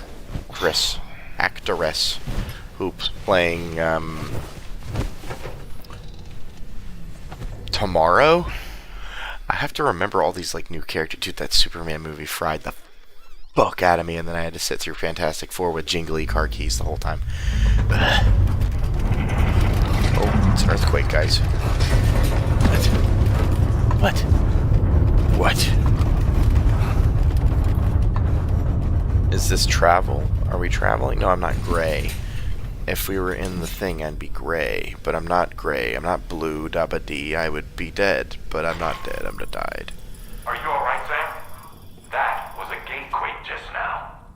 Beat? James Westport Knott was hit hard, and their Cairo printer is no longer working. Okay, I'll go back We there. won't be able to continue expanding the network until it's back up and running. Sure, I'll go back. Pick up your next main order via the terminal at the F2 South Distribution Center. No problem. I will walk all the way back to the very first point and bring very heavy stuff. And I will do it extremely fast, and it will be the last thing I do tonight. Guys, let's do it. Huh? Aw, exclusively for Sam's use. That's their way of saying, like, Sam's their slave. Wait. No, these are pretty nice quarters. Oh, thank you.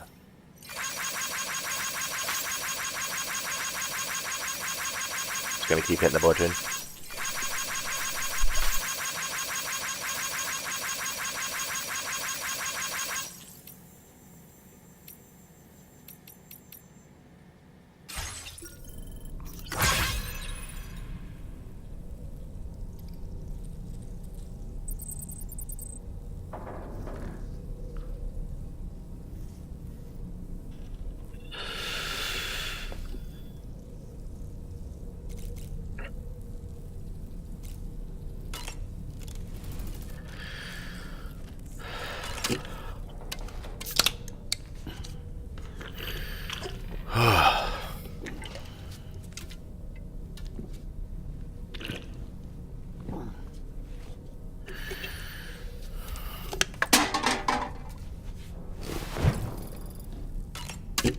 Wow. There's just something to be said about how he drinks it with such conviction. Oh, if you guys didn't notice me being all tired and lack of energy, I didn't do the energy drinks. But I'm trying to tell myself I don't need energy drinks to stream. And I might just have more energy if I get a good night's sleep. And don't watch a double header of movies on top of everything else. He drank so much. He got so far. Eat it. Num num num num num num num. Num num num num num num num num. Better. Do you feel better for yourself now? No. Sam is now full.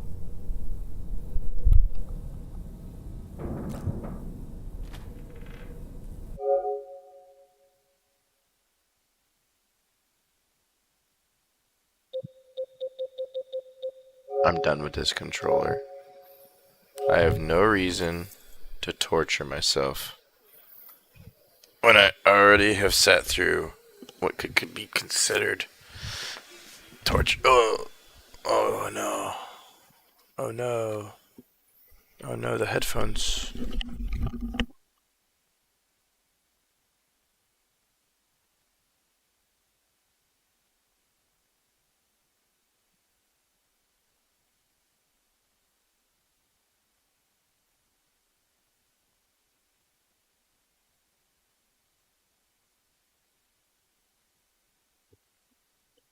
You know, in a calculated decision, let me see. I'm going to just plug in the blue one. We'll see how long that one's fun and lasts until I switch back to the white one. But I may just end the stream here because it's been 3.5 hours. And there's no reason to do much more than that, so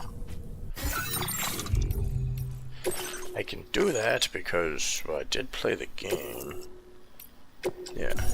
And it is 3:54 in the morning, about to be 4, so it's probably irresponsible to just take on a really long mission when I've been streaming for 3 hours and 29 minutes. And for those of you who are waiting for me to finish the game, look, you don't understand. You're watching WuBu. Go watch Jacksepticeye or something. If you want to watch the game, I don't know, go watch Markiplier. He's already starting to rip my content, so I guess you have a hard time watching him play it either. He's doing it with his Mimic shit, and then I'm gonna be playing Mimic, and then you'll feel like I'm copying Markiplier. Look, I bought the game first, damn it. Even if they gave him a key 6 months before it even came out. It's my stream, Marky Mark. It's like getting mad at Mark Wahlberg. Oh, right. It's not a click. That's the button. And then I need to, like... Close game. Yeah. And then... Power? Rest mode. Yeah, and in doing exactly that, that should solve some problems. Alright, well, you guys have a wonderful night. I talked about movies and had very difficult concepts of conversation that I hope are not insane for you guys to have to, like, I don't know, digest mentally. I hope you're smart enough. I mean, none of you know who I am to begin with. So I will, just chill. I don't know, sleep. I watched a lot today. It's also 4 in the morning, so I should probably just go to bed anyway. See ya.